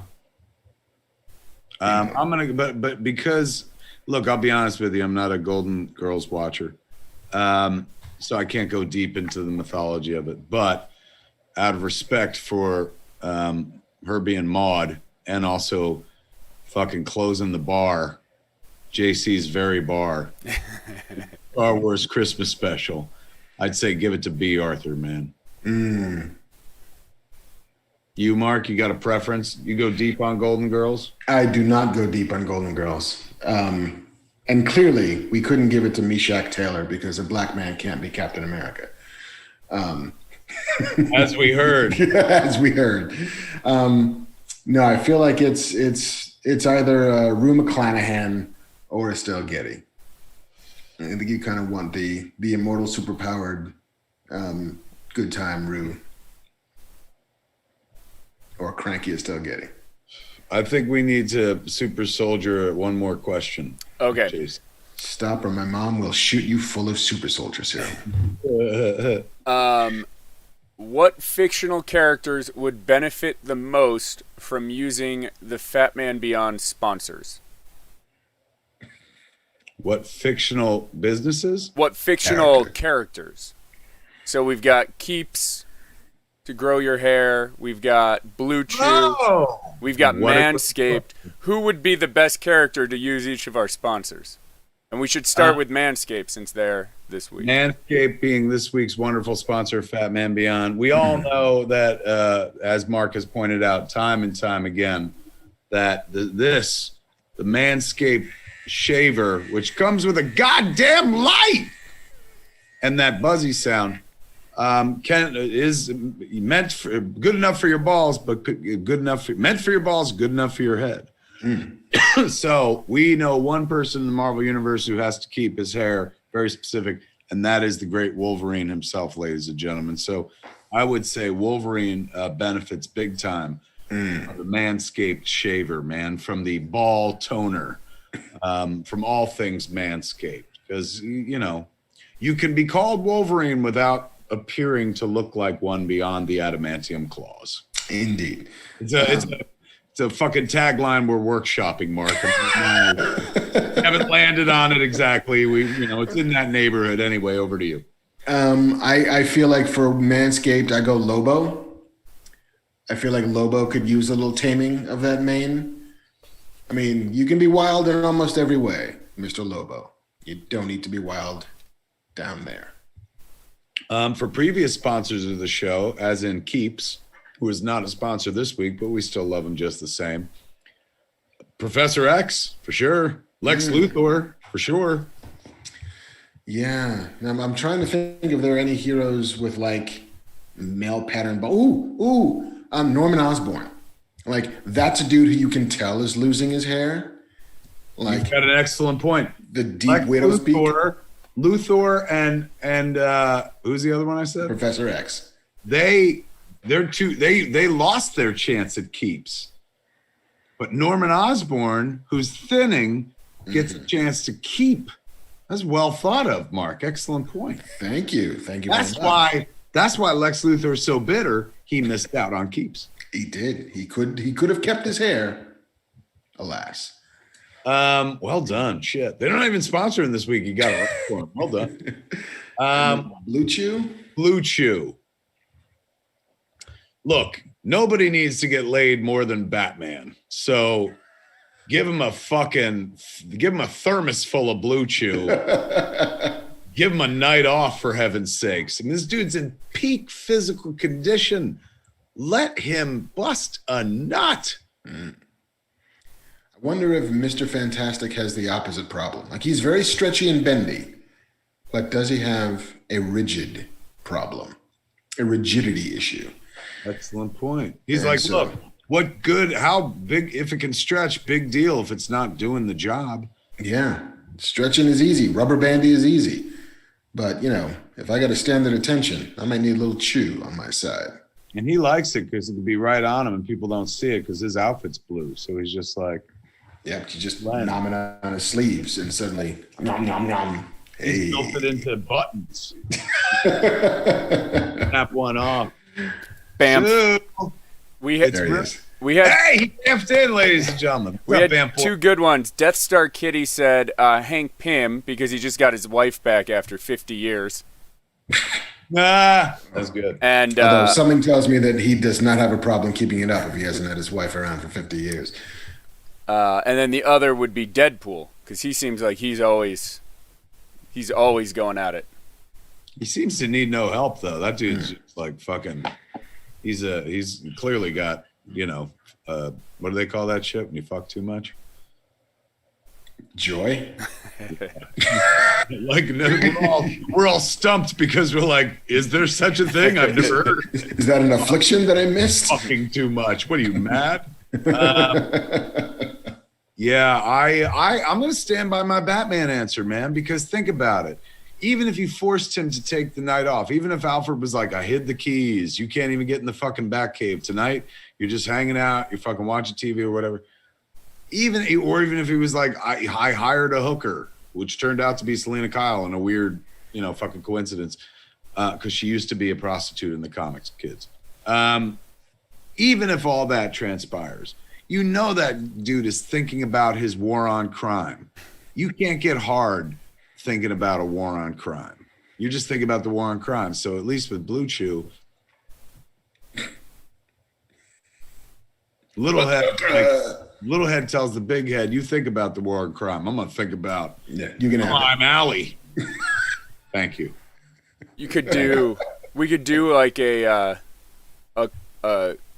callback to the Seinfeld and Shrinkage, and maybe it's Aquaman. It's always cold. Very nice. I like that as well.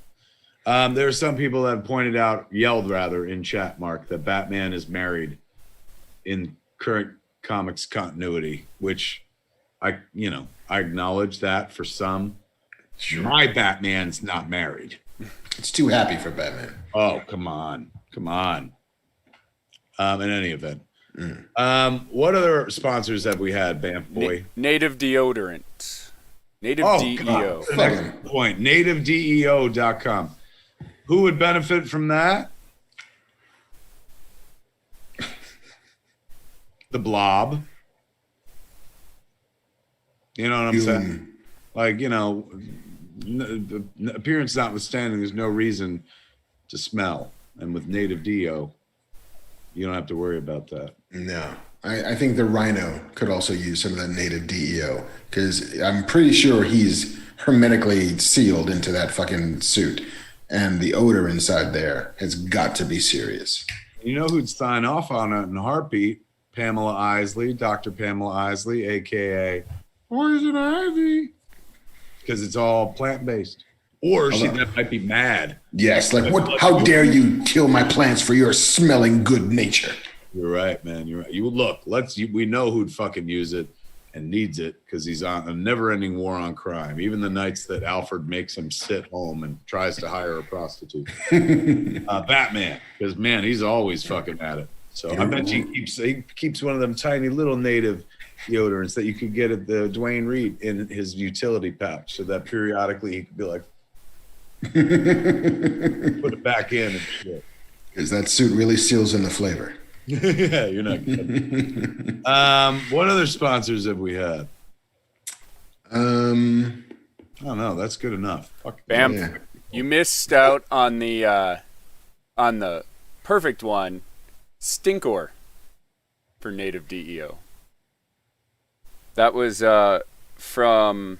I didn't know this was the part of the show where we take notes, JC. Any other ways we could perhaps improve the show for you, JC? Swamp Thing. A lot of people in chat talking about Swamp Thing smelling bad. I think that's like being, fucking presumptuous. I don't think he smells bad. I think he smells like nature. Like, look, you can fucking put up with the smell of patchouli. You can put up with the smell of Swamp Thing, man. And maybe he smells like fucking daisies. He could smell like all the flowers. He can. That's true. He can grow flowers out his ass with a thought. Toxic Avenger, maybe? Ooh, good call. Not strictly a comic book character. Has been in a comic, but not anyone I would ever think of as a comic book character. More of a superhero, and questionable at that. Fair. But you're absolutely right. There's a guy that could probably use some native. That was good, man. It was good times. Fuck. Indeed. We got a lot accomplished. Talk about Falcon and the Winter Soldier. We talked to Kristian. We talked about the my NFTs drop, Jane Silent Bob Crypto Studio. You throw that link up in the chat somewhere, JC. There it is. We got it on screen now. Yeah, look at that. We talked to Kristian, and then we fucking heard all the news from Mark, and We answered like 6 questions. and then we answered, fucking, this is so much value for your money on Fat Man Beyond. You're paying how much for this shit? And still, we just keep breaking it off. What time is it? 7:15. What time we start? 4:15? Yeah, we've been Now, about every week, it's like a 3-hour fucking show. Thank God we're not on TV, because they'd be like, get off. You can't It's just like, we have to do the news, the actual it's news. like, we got other shit. Fucking go. We thank you for tuning in and hanging out with us here on a fine Saturday afternoon, evening, what have you, and whatnot. We ain't got no show without JC putting us out there to the world. JC, the proprietor of the Scum and Villainy Cantina, which is now open, correct, JC? open Wednesday through Sunday, 6 p.m. on. Go get your drink on, man, in the fucking most cosmic, geekiest bar on the fucking planet. One you'll never get in a fight at, particularly now, post-quarantine. I bet you no bar fights now, man. Nope. People are just like so happy to see you. Hi, human. Yeah, and everybody's got to be seated, so there's no wandering. Everybody's just seated and hanging out. That's how the fights begin, when they start wandering, right? Well, you've got to be 8 feet away from everybody. So, unless you are Reed Richards, you're not going to hit anybody. True, man. That's true. Best time in the world to go to a bar. Let's If you're do it. one of those people like me who's like, I don't want to get in a bar fight. I just assume bar fights break out all the time. And that's predicated on having seen a lot of movies and TV shows about bars. Roadhouse. I expect every bar to be like Roadhouse. And Yes. probably isn't, but it definitely is not at fucking JC's place. I'll tell you that much. There would be no show, ladies and gentlemen, without the guy giving you all the information. Give it up for Mr. Marc Bernardin. Thank you, sir. Always a pleasure. And we'll be back next week, of course, with the final recap of Falcon and the Winter Soldier. Yes. Until then, ladies and gentlemen, that is Fat Man Beyond for this week. I'm Kevin Smith. I am Marc Bernardin. Tune in next time, same fat time, same fat channel, smodcast.com or YouTube.com/Kevin Smith. Jeff's Kiss. By the power of Grayskull.